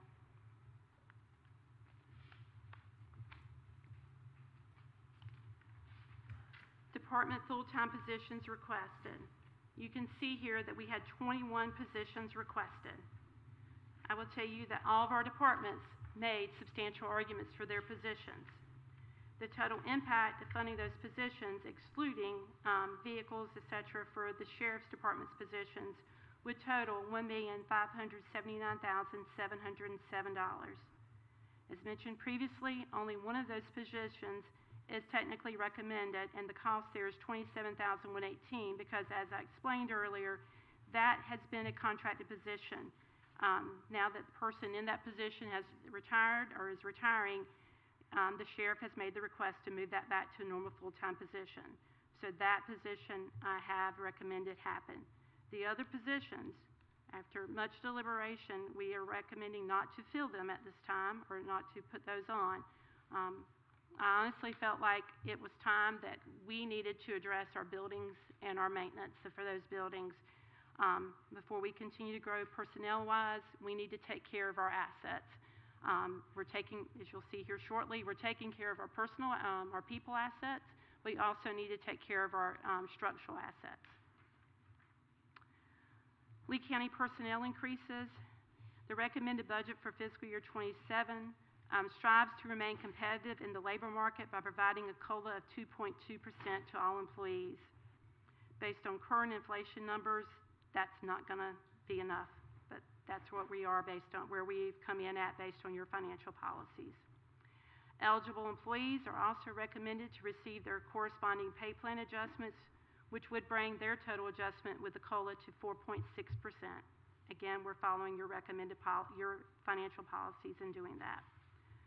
For fiscal year 26-27, the retirement system mandated another significant rate increase of 5.2% for general employees and a 6.2% increase for law enforcement employees. Based on increased claims and increased medical costs, a 7% increase is also budgeted for employee health insurance premiums. 18 positions in addition to the detention staff that we mid-year made a pay reclassification for based on market study. We have approved 18 other positions to get a market study reclass and are due to a change of job duties within the departments.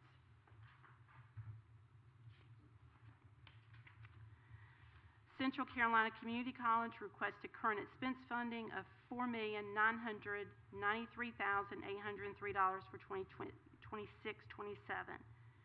The recommended budget allocates $4,893,633 in current expense funding for a 5% increase.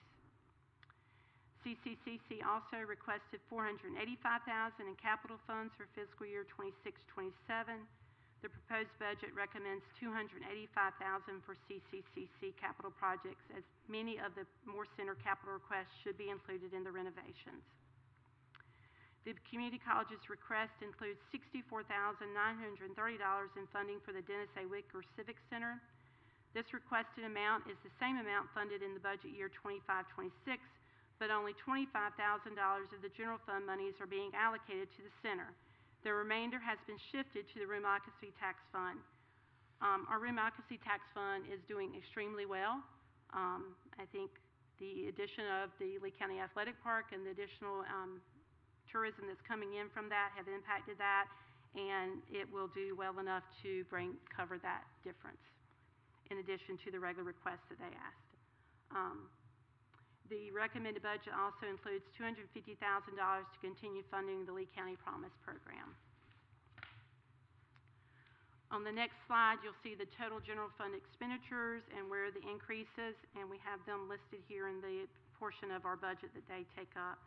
You'll see that there's a 10% increase for education across the board. That includes both Lee County Schools and the community college. There's only a just under 3% increase in human services, 15% increase public safety. Of course, the majority of that is the EMS contract. Roughly an 8% increase in general government. We're seeing a slight drop in our debt service due to debt payoff. Cultural and recreation is increasing 12.2. As we said, this is the first year of full funding of the library positions. In addition, we're having to account for the additional operating costs of both the Lee County Athletic Park and this new facility. And some of those we just didn't know last year what we were going to be running into on utilities. So we're making that adjustment. I will also say in relationship to Lee County Athletic Park, the rental income on that facility has come in at a much higher rate and is projected at a higher rate in this year's budget, this upcoming budget. Our budget analyst, Ben McQuarrie, has done a lot of work for us on the per capita spending. So on this slide, you will see our per capita spending broken down. So you'll see our population that we budgeted at for fiscal year 26 was 68,537. The projected number for 27 is 70,258. That change is being attributed to new developments in our county. You'll see our education spending per capita is going from $443.45 to $475.90. That represents a 7.32% for Lee County current expense, is what's attributed to that. Human Services has a slight increase. Public Safety has a 12.26% increase, and that's mainly EMS and other general increases in public safety. General Government accounts for 5.54% of that. That's increased building improvements, slight reduction in debt service, slight increase in the cultural and recreation, and then economic and physical development change. Transfers, as you'll see there, we have cut out, in the past couple of years, we had budgeted $500,000 for a possible transfer to solid waste if we were able to find land for another convenience center. We have removed that from this year's budget. Per capita comparisons, if you compare us to Chatham County, you will see that there's a large difference in the education funding per capita. You'll also see that we are under them in almost every category other than cultural and recreation. And I will say to you on cultural recreation, they do not, in Chatham County, the county-wide does not fund recreation at the level we fund it because they have several towns who do their recreation and cities that do recreation versus us. But you can see the largest differences are in education and public safety. And I think, if I remember correctly, Ben, a lot of the public safety is their EMS contract, that they're that much higher than we are. Moving on, how much will Lee County be spending per household? So we've looked at the total number of housing units and our population, and that averages out to approximately 2.52 people per household. So Ben has done the calculations here, and you can see those of what, if you take that and multiply it by the per capita, what each housing unit is costing us. And then you'll see there that that's around $4,585.91. Property taxes represent 56.49% of our total revenues. Using that, we calculated the property taxes needed per housing unit to fund our recommended services level is $2,591. That'll tie over into this next slide here. Looking at the Pine Reserve apartments that were built in approximately 2024, the number of units there is 252 units at a valuation of $51,442,100. The property tax revenue per unit at 70 cents is only $1,151. Carthage Colonies, which they've been built between 2001 and 2016, the number of units is approximately 307 at an average valuation of $284,530. The property tax revenue per unit at 70 cents is $1,992. Which goes back to the point we said earlier, residential growth does not cover it. That's why it's so important for us to have industrial growth.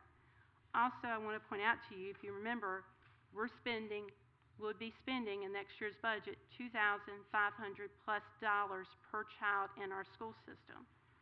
So neither one of these units brings in enough money alone to cover the cost of educating one child in our school system. including the charter schools. Let me clarify that. That's $2,522, I believe, per child in both systems. Other budget details. Solid waste, we anticipate that the solid waste, we're recommending that the solid waste fee hold its own. The solid waste team has gone out and tried to find other revenue sources and has done an excellent job at that, and so we'll be able to hold our rate. Oh, I'm sorry. Thank you, Whitney. There is a typo in the budget document. The rate is currently 160, not 150, and it is staying at 160, so just a correction there for anybody who sees that. Strategic plan update for you, including the budget document at Exhibit 11 is a working draft of the departmental goals and measures that have been developed to help achieve the board's goal in each focus area. 50 departmental goals with 81 corresponding measures across 17 departments have been developed at this point. A complete document including specific objectives for each measure will be included in the adopted budget document. I want to say thank you to our lead in North Carolina fellow, Cameron Terry, for all his great work on this project through the past year. Moving ahead, we've got next steps. I will be asking you at the conclusion to, if the board chooses to have a budget work session, we have listed 3 dates there that we would recommend that you consider. May 29th, which is a Friday, June 5th, which is a Friday, or June 8th, which is a Monday.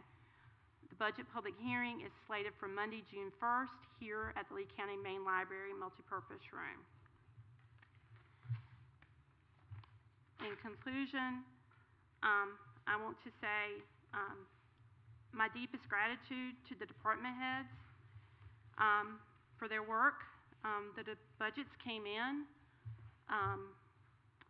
and shortly after they came in, or they came in March and April, we found out that we would have to make an adjustment, a much larger adjustment for the EMS. I have gone back to our staff, our department heads, to say, we need you to come back with adjustments to your budget to continue operations at this current level only. All the departments stepped up, provided reductions. We took those. We also went through, staff and I sat down and went through budget line item by line item. And if departments had not been spending their budgets over the last 5 years, historically, we made cuts. So I want to appreciate the departments and their staff for that. I also want to thank my staff. Ben has done a fabulous job helping me put all this together. This PowerPoint was Ben's work. Cameron, I mentioned earlier, for his work on the strategic plan. Angelina, Jennifer, thank you for working with your department so diligently to try to come in at the rates we needed. Our Chief Financial Officer, Jen, also. Haley and Madison for helping us proofread and get everything together. I could not have done this without them, and I commend them for that. At this time, I will be glad to answer questions, and I am happy to say this is now your budget to work with, and I look forward to working with you on it. I'll be glad to answer any questions at this time, or we can go ahead and consider what day you might want to hold a work session. Thank you. Questions for the county manager regarding the budget board? Just a quick on the supplemental revenue loss, is that a mandated thing from the state? Yes. I was told the state isn't handing any unmandated things down. Well, Mandates down. they may tell you it's a federal unfunded mandate. The federal government has shifted the cost of the food and nutrition program. Isn't it our choice? Wasn't I told it was our choice unless the state? No, sir. The state has decided to participate in the food and nutrition services program, therefore we have no choice in it.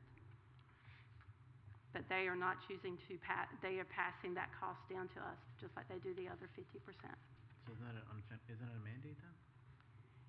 We have to participate in the program because the state has chosen to participate in the program. It's a mandate, and the state is not. Okay, so. I will also, I'm sorry, I forgot to mention this as we went through the PowerPoint. We are also still monitoring changes at the state level. I've tried to keep all updated. There is a bill on freezing the current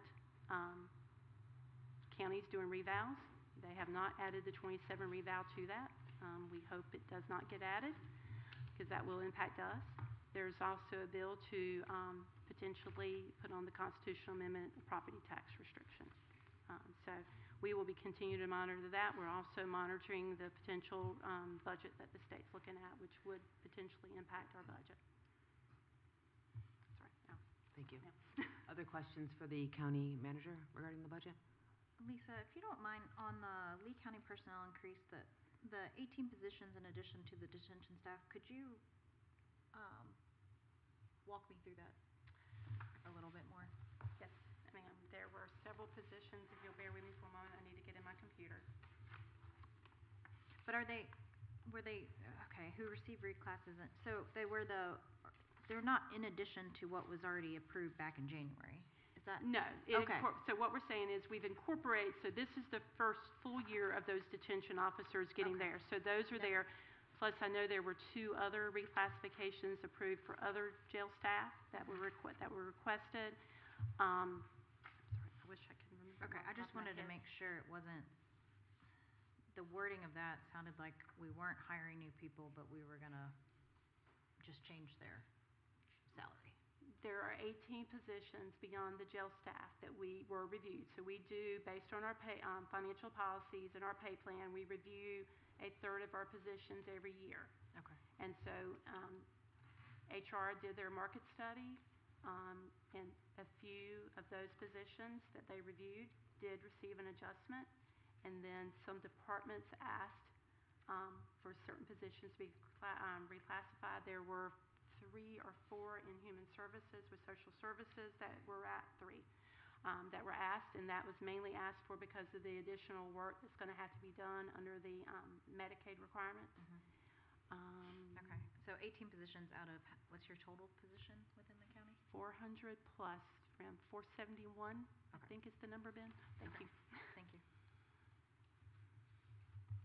And then one more question on the solid waste site transfer. I do remember the discussion on this and the putting money aside. How many, that's only been 1 year or 2 years that we've It's been at least 2 years that we had budgeted and had never transpired because we had not found land. Okay, but we budgeted, just never transferred, so That's it's not correct. sitting in an account somewhere we could move back over? No, it's been in the general fund and it's still in the general fund. Perfect, okay, thank you. Other questions for the county manager? I know we all love meetings, and we should talk about a work session to discuss the budget. I would greatly like to suggest the June 5th, if at all possible. I have vacation for a family reunion that occurs every year. And I will be on vacation. June 5th, so. My kids love coming, so, yeah.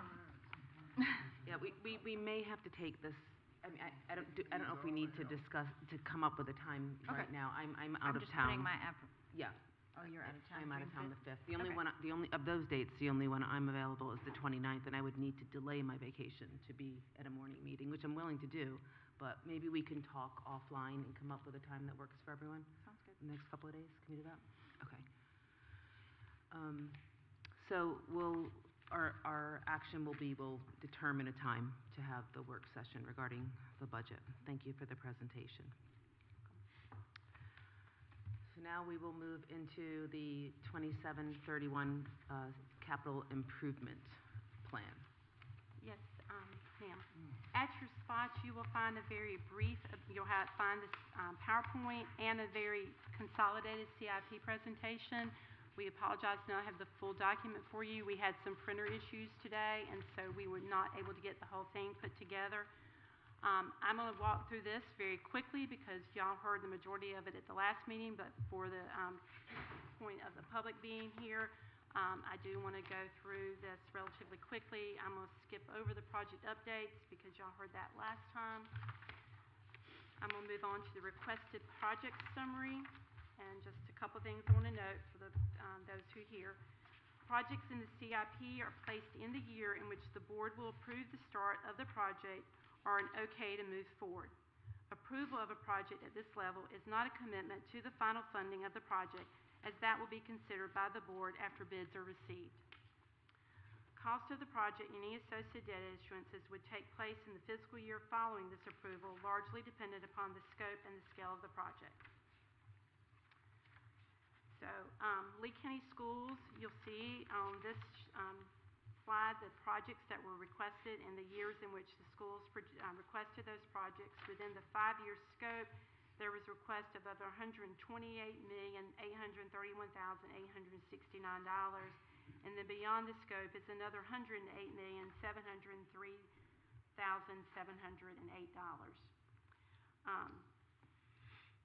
They requested 3 projects in the upcoming fiscal year and 9 projects total in the 5-year time frame. CCCC did really good until that time. CCCC's requested projects are listed, and they're requesting $2,400,000 in the 5-year scope, and they requested no additional funding for the Moore Center outside our current commitments. And I do want to remind the board that we have an outstanding around $1.9 million commitment on the Moore Center. County projects, as you will see on this slide, that were requested. We had in the 5-year scope for community development $34,905,532, and in public safety $138,074,026. So Parks and Rec has requested approval for a new rec center in the upcoming year. Land for the Law Enforcement Center and the full construction costs are requested in fiscal year 26-27 and 27-28. And then Emergency Management requested approval for a new mobile command post. We'll move on into recommendations. Recommended adjustments to the education projects. The recommendation is to approve 3 projects in the upcoming fiscal year: the Southern Lee High School auditorium and 6 classrooms projects, and both the chiller and pump projects at Southern Lee High School and Sandley Middle School. Thank you. We have moved up the chiller and pump projects at Southern Lee High School and Sandley Middle School. It was felt that there could be gained economies of scale by going ahead and taking care of the Southern Lee and the Sandley projects while there would be teams there already working at Southern Lee High School with auditorium and 6 classrooms. We have shifted the East Lee Middle School and West Lee Middle School gym renovations and classrooms to 27-28 because there are other options being considered at this time. You will also see other projects that have been moved. We've left, excuse me, let's go ahead and say it. We've left the high school auditorium for Lee County High School in the year that it was requested to be in 28-29, and then the start of the infrastructure improvements district-wide is on the schedule. The elementary school and Bragg Street Academy renovations have been pushed back. Adjustments to CCCC, they are recommended to stay in the years requested at this time because there is no project in the upcoming year. Recommended adjustments to county projects. All the county community development projects have been shifted to the beyond 5-year scope. On public safety, the land purchase for the new law enforcement center is pushed to fiscal year 27-28, and the center itself has been pushed until it can be completed without a debt-related tax adjustment at this time. So it is pushed beyond the 5-year scope. The EM mobile command post is pushed to fiscal year 28-29.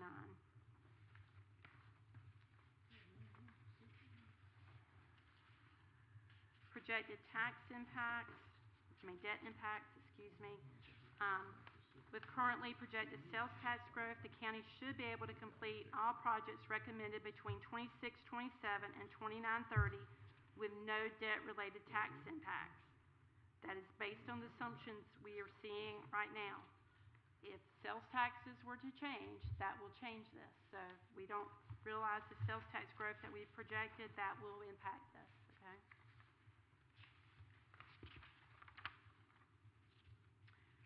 On other school projects, the new elementary school project and others slated for fiscal year 2030-31 would require additional funding outside the restricted sales tax revenue. If you wait until the time the levy is needed, you're looking at 3.0 cents. If you look at, if you were to go ahead and do something in the upcoming fiscal year to offset that, you'd be looking at 0.84 cents. I do want to say to the board, before I forget, I did this last time, I know I explained it to you last time, but for the public, I want to make sure it's understood. This plan is put together based on you putting the 1 cent back to debt service and capital funding. If the board does not do that, then that will change this as far as the county funding. You should still be okay on the current first 3 years projects for the schools, but again, if you don't, then you're looking at an impact, a different impact, okay? County projects, there is no debt-related tax impact projected at this time, as all projects outside of a possible land purchase have been moved beyond the scope of this 5-year CIP. In the coming years, we will reassess these projects to determine when they can be funded with little to no impact. This timeline will be heavily impacted by our capital reserve contribution commitment over the next 5 years. Increasing the commitment decreases the years needed before the project starts. I also want to remind the board, we have strictly, in doing this, look at the debt impact. This does not address the operational impact. So anytime we bring a school on, there's the operational impact. Anytime we bring on anything for CCCC, there's an operational impact. As you move forward with the contemplating building a jail, there will be a large operational impact that this board needs to think about and plan for in the future. Next steps on the CIP, if the board chooses, it can conduct a CIP work session at its discretion. I just ask if the board chooses to do so, that you let me know if that's something you want to discuss further. And then we will be holding the CIP public hearing on Monday, June 1st, 2026, here at the library. I would like to say to the public that we will be posting our budget document online. It's already posted in the agenda for tonight, but we will get it posted online for the public. There will also be copies available in our admin offices on Summit Avenue, and there will also be a copy available here at the Lee County Main Library. I'll be glad to answer any questions. Questions for the county manager regarding the CIP? I got questions. Yes, sir. When we started putting the price on looking for land, I thought it was around 2 or 3. Then I just saw 5.9. Yes, I sir. think that's what I saw. As we have sincerely started looking at pricing, land prices have gone up. Okay. Wow, okay. Did the acreage change? Jennifer, I'll ask you, did we change the acreage during the time frame we've been looking at this project? Sorry. We are recommending an increased acreage, however, we're keeping all options open. I know the original price on the land was projected based on an inflationary rate on top of like the average tax value of vacant property. And then when we started seeing what these real property appraisals were coming back at, we updated the figure to more accurately represent what that value is projected to look like in an actual real property purchase. So right now, we're looking at approximately 20 acres, preferably, to successfully build out that facility as recommended.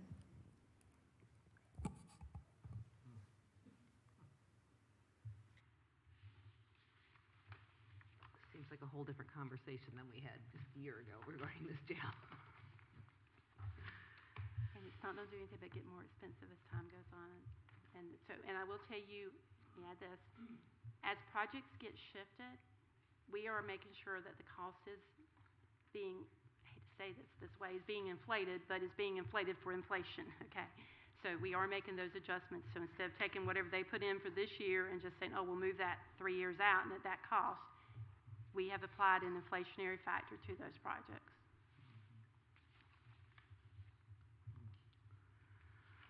Other questions regarding the CIP? I have a question regarding the placement of the law enforcement center past 3031. Can you tell me what that was based on?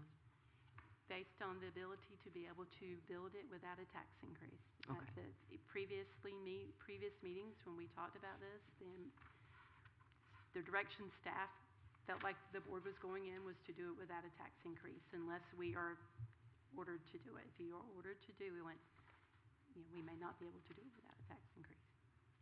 And we do have the option still to bring it in front of the voters, correct?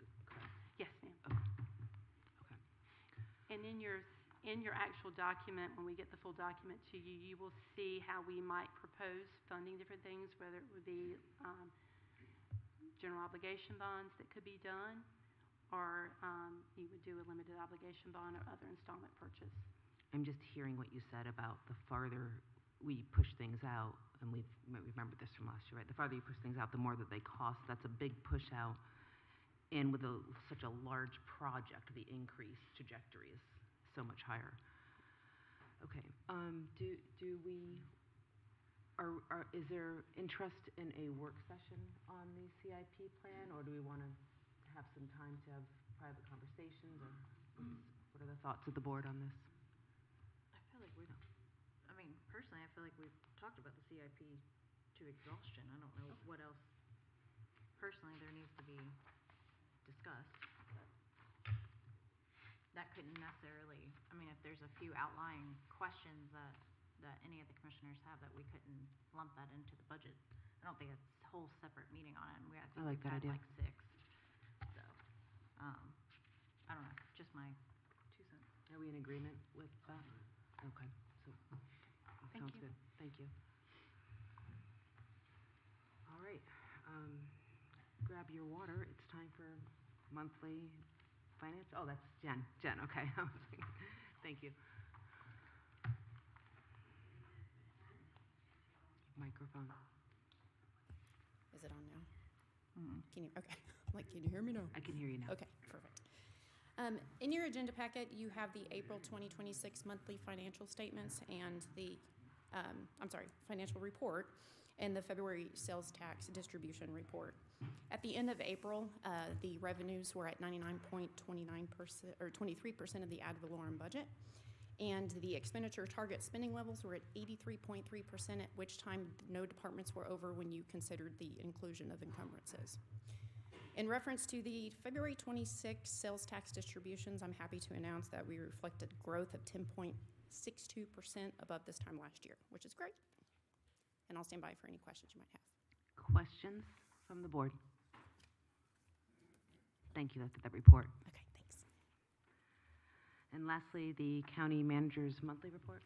Whitney needs to do something. Oh, I'm sorry. Yeah, Please, go ahead. apologize. Going back to the ordinance granting the First Health of the Carolinas, I caught a typo before we had published the agenda. So what the chairman will sign is in the second section there, I had pursuant to section 1091 of the Emergency Services Ordinance. That should be 1092, and just that it would be it would start June 30th, 2026 at 7 p.m. That's where we were landing on where we would start the new contract. So I apologize. I just wanted the board to be aware of that before the chairman signed it. Thank you for the correction. County manager's monthly report. Yes. Just a few updates for you on the library project. Obviously, y'all know the certificate of occupancy was issued on April 30th, and the grand opening celebration was held on May 6th, and we had an outstanding turnout that day. Y'all held your first meeting here on May 4th. We continue to work with the general contractors, Samet and Architect Vines, on several items that need to be addressed and corrected before finishing out the project.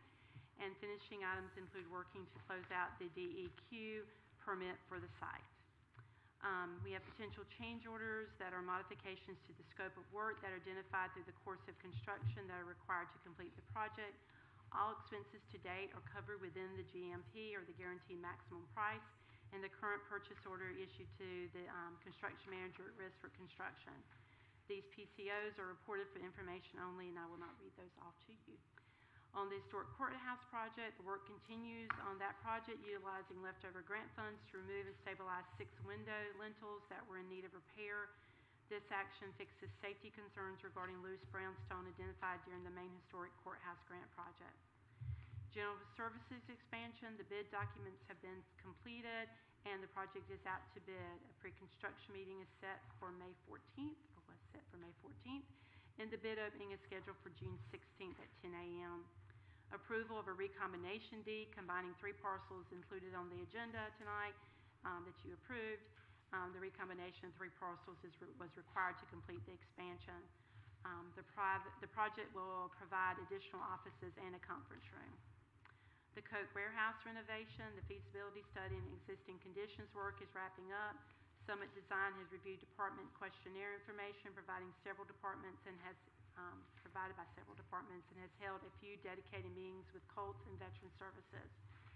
The larger design and construction administration contract will be negotiated based on the feasibility study results. Once the study results are finalized, a determination will need to be made on the scope of work for the renovation, and then the design for the site and buildings can move forward as funding permits. You have various reports attached. You will also see upcoming meetings there. We will be closed May 25th. You have meetings on June 1st and June 15th. June 1st, remember, will be the public hearings on both the budget and the CIP request. Then hopefully you can adopt the budget that night, but on June 1st, we'll also be hearing from the Fire Advisory Board on recommendations for the fire district rates. And then on June 15th, we have tentatively scheduled you adopting the budget. We will also be closed on June 3rd. I've also been asked to remind you that at your seat, you have the board and commission applications that you will be considering on June 15th. I also want to make sure the board is aware that our Development Services Director, Brandon, he is also working in conjunction with the school staff to assist them with moving forward on the bus garage project. And I did not add his detailed project here, but I just want y'all to know that they are working in conjunction to move that project forward, and you'll be getting more information on that as to where we are. And again, I want to say thank you to all the staff, and I want to say thank you to the people who stayed and listened to see what our recommended budget was. So I do appreciate that. Thank you. Questions for the county manager? I have two, I know I've already asked you this, so you should, did the courthouse renovation cost the taxpayers any money? Did the courthouse renovations, I believe that project was, yes, no, no ma'am, it did not, I'm sorry. It was completed within what we had. Okay, thank you. And then, the old library, it's listed, is it not? We have made it available for sale. Okay. Our goal, we've not had any offers yet. I think Jennifer is working diligently to get it cleaned up and get the old equipment that has not moved here out, and so that we can kind of shine it up and make it look really good to really start trying to promote it even more. Okay. Now that it's empty. Okay, thank you. Other questions for the county manager? Could you remind us of what that's listed as? I know we had talked about that, but Jennifer, do you remember the amount, the minimum? It's approximately listed at 3.8 million. I know we based that on the appraisal report that we received. Thank you. If there's no other questions, we will go into commissioner comments. Commissioner Smith. Yes, Madam Chair. I just want to say there's a lot of room over here, and I appreciate it. And I did notice that coming in that Circle K has already broke ground on the right entrance to the Lee Athletic Park, so we will have copious amounts of sales tax revenue generated from that. I like that. Thank you. Thank you. Commissioner Levitt. I know our meetings seem to take a long time, but I want to thank everyone on doing different proclamations and recognitions. That is very important, part of our process, I think, for our county residents to see when county programs do well.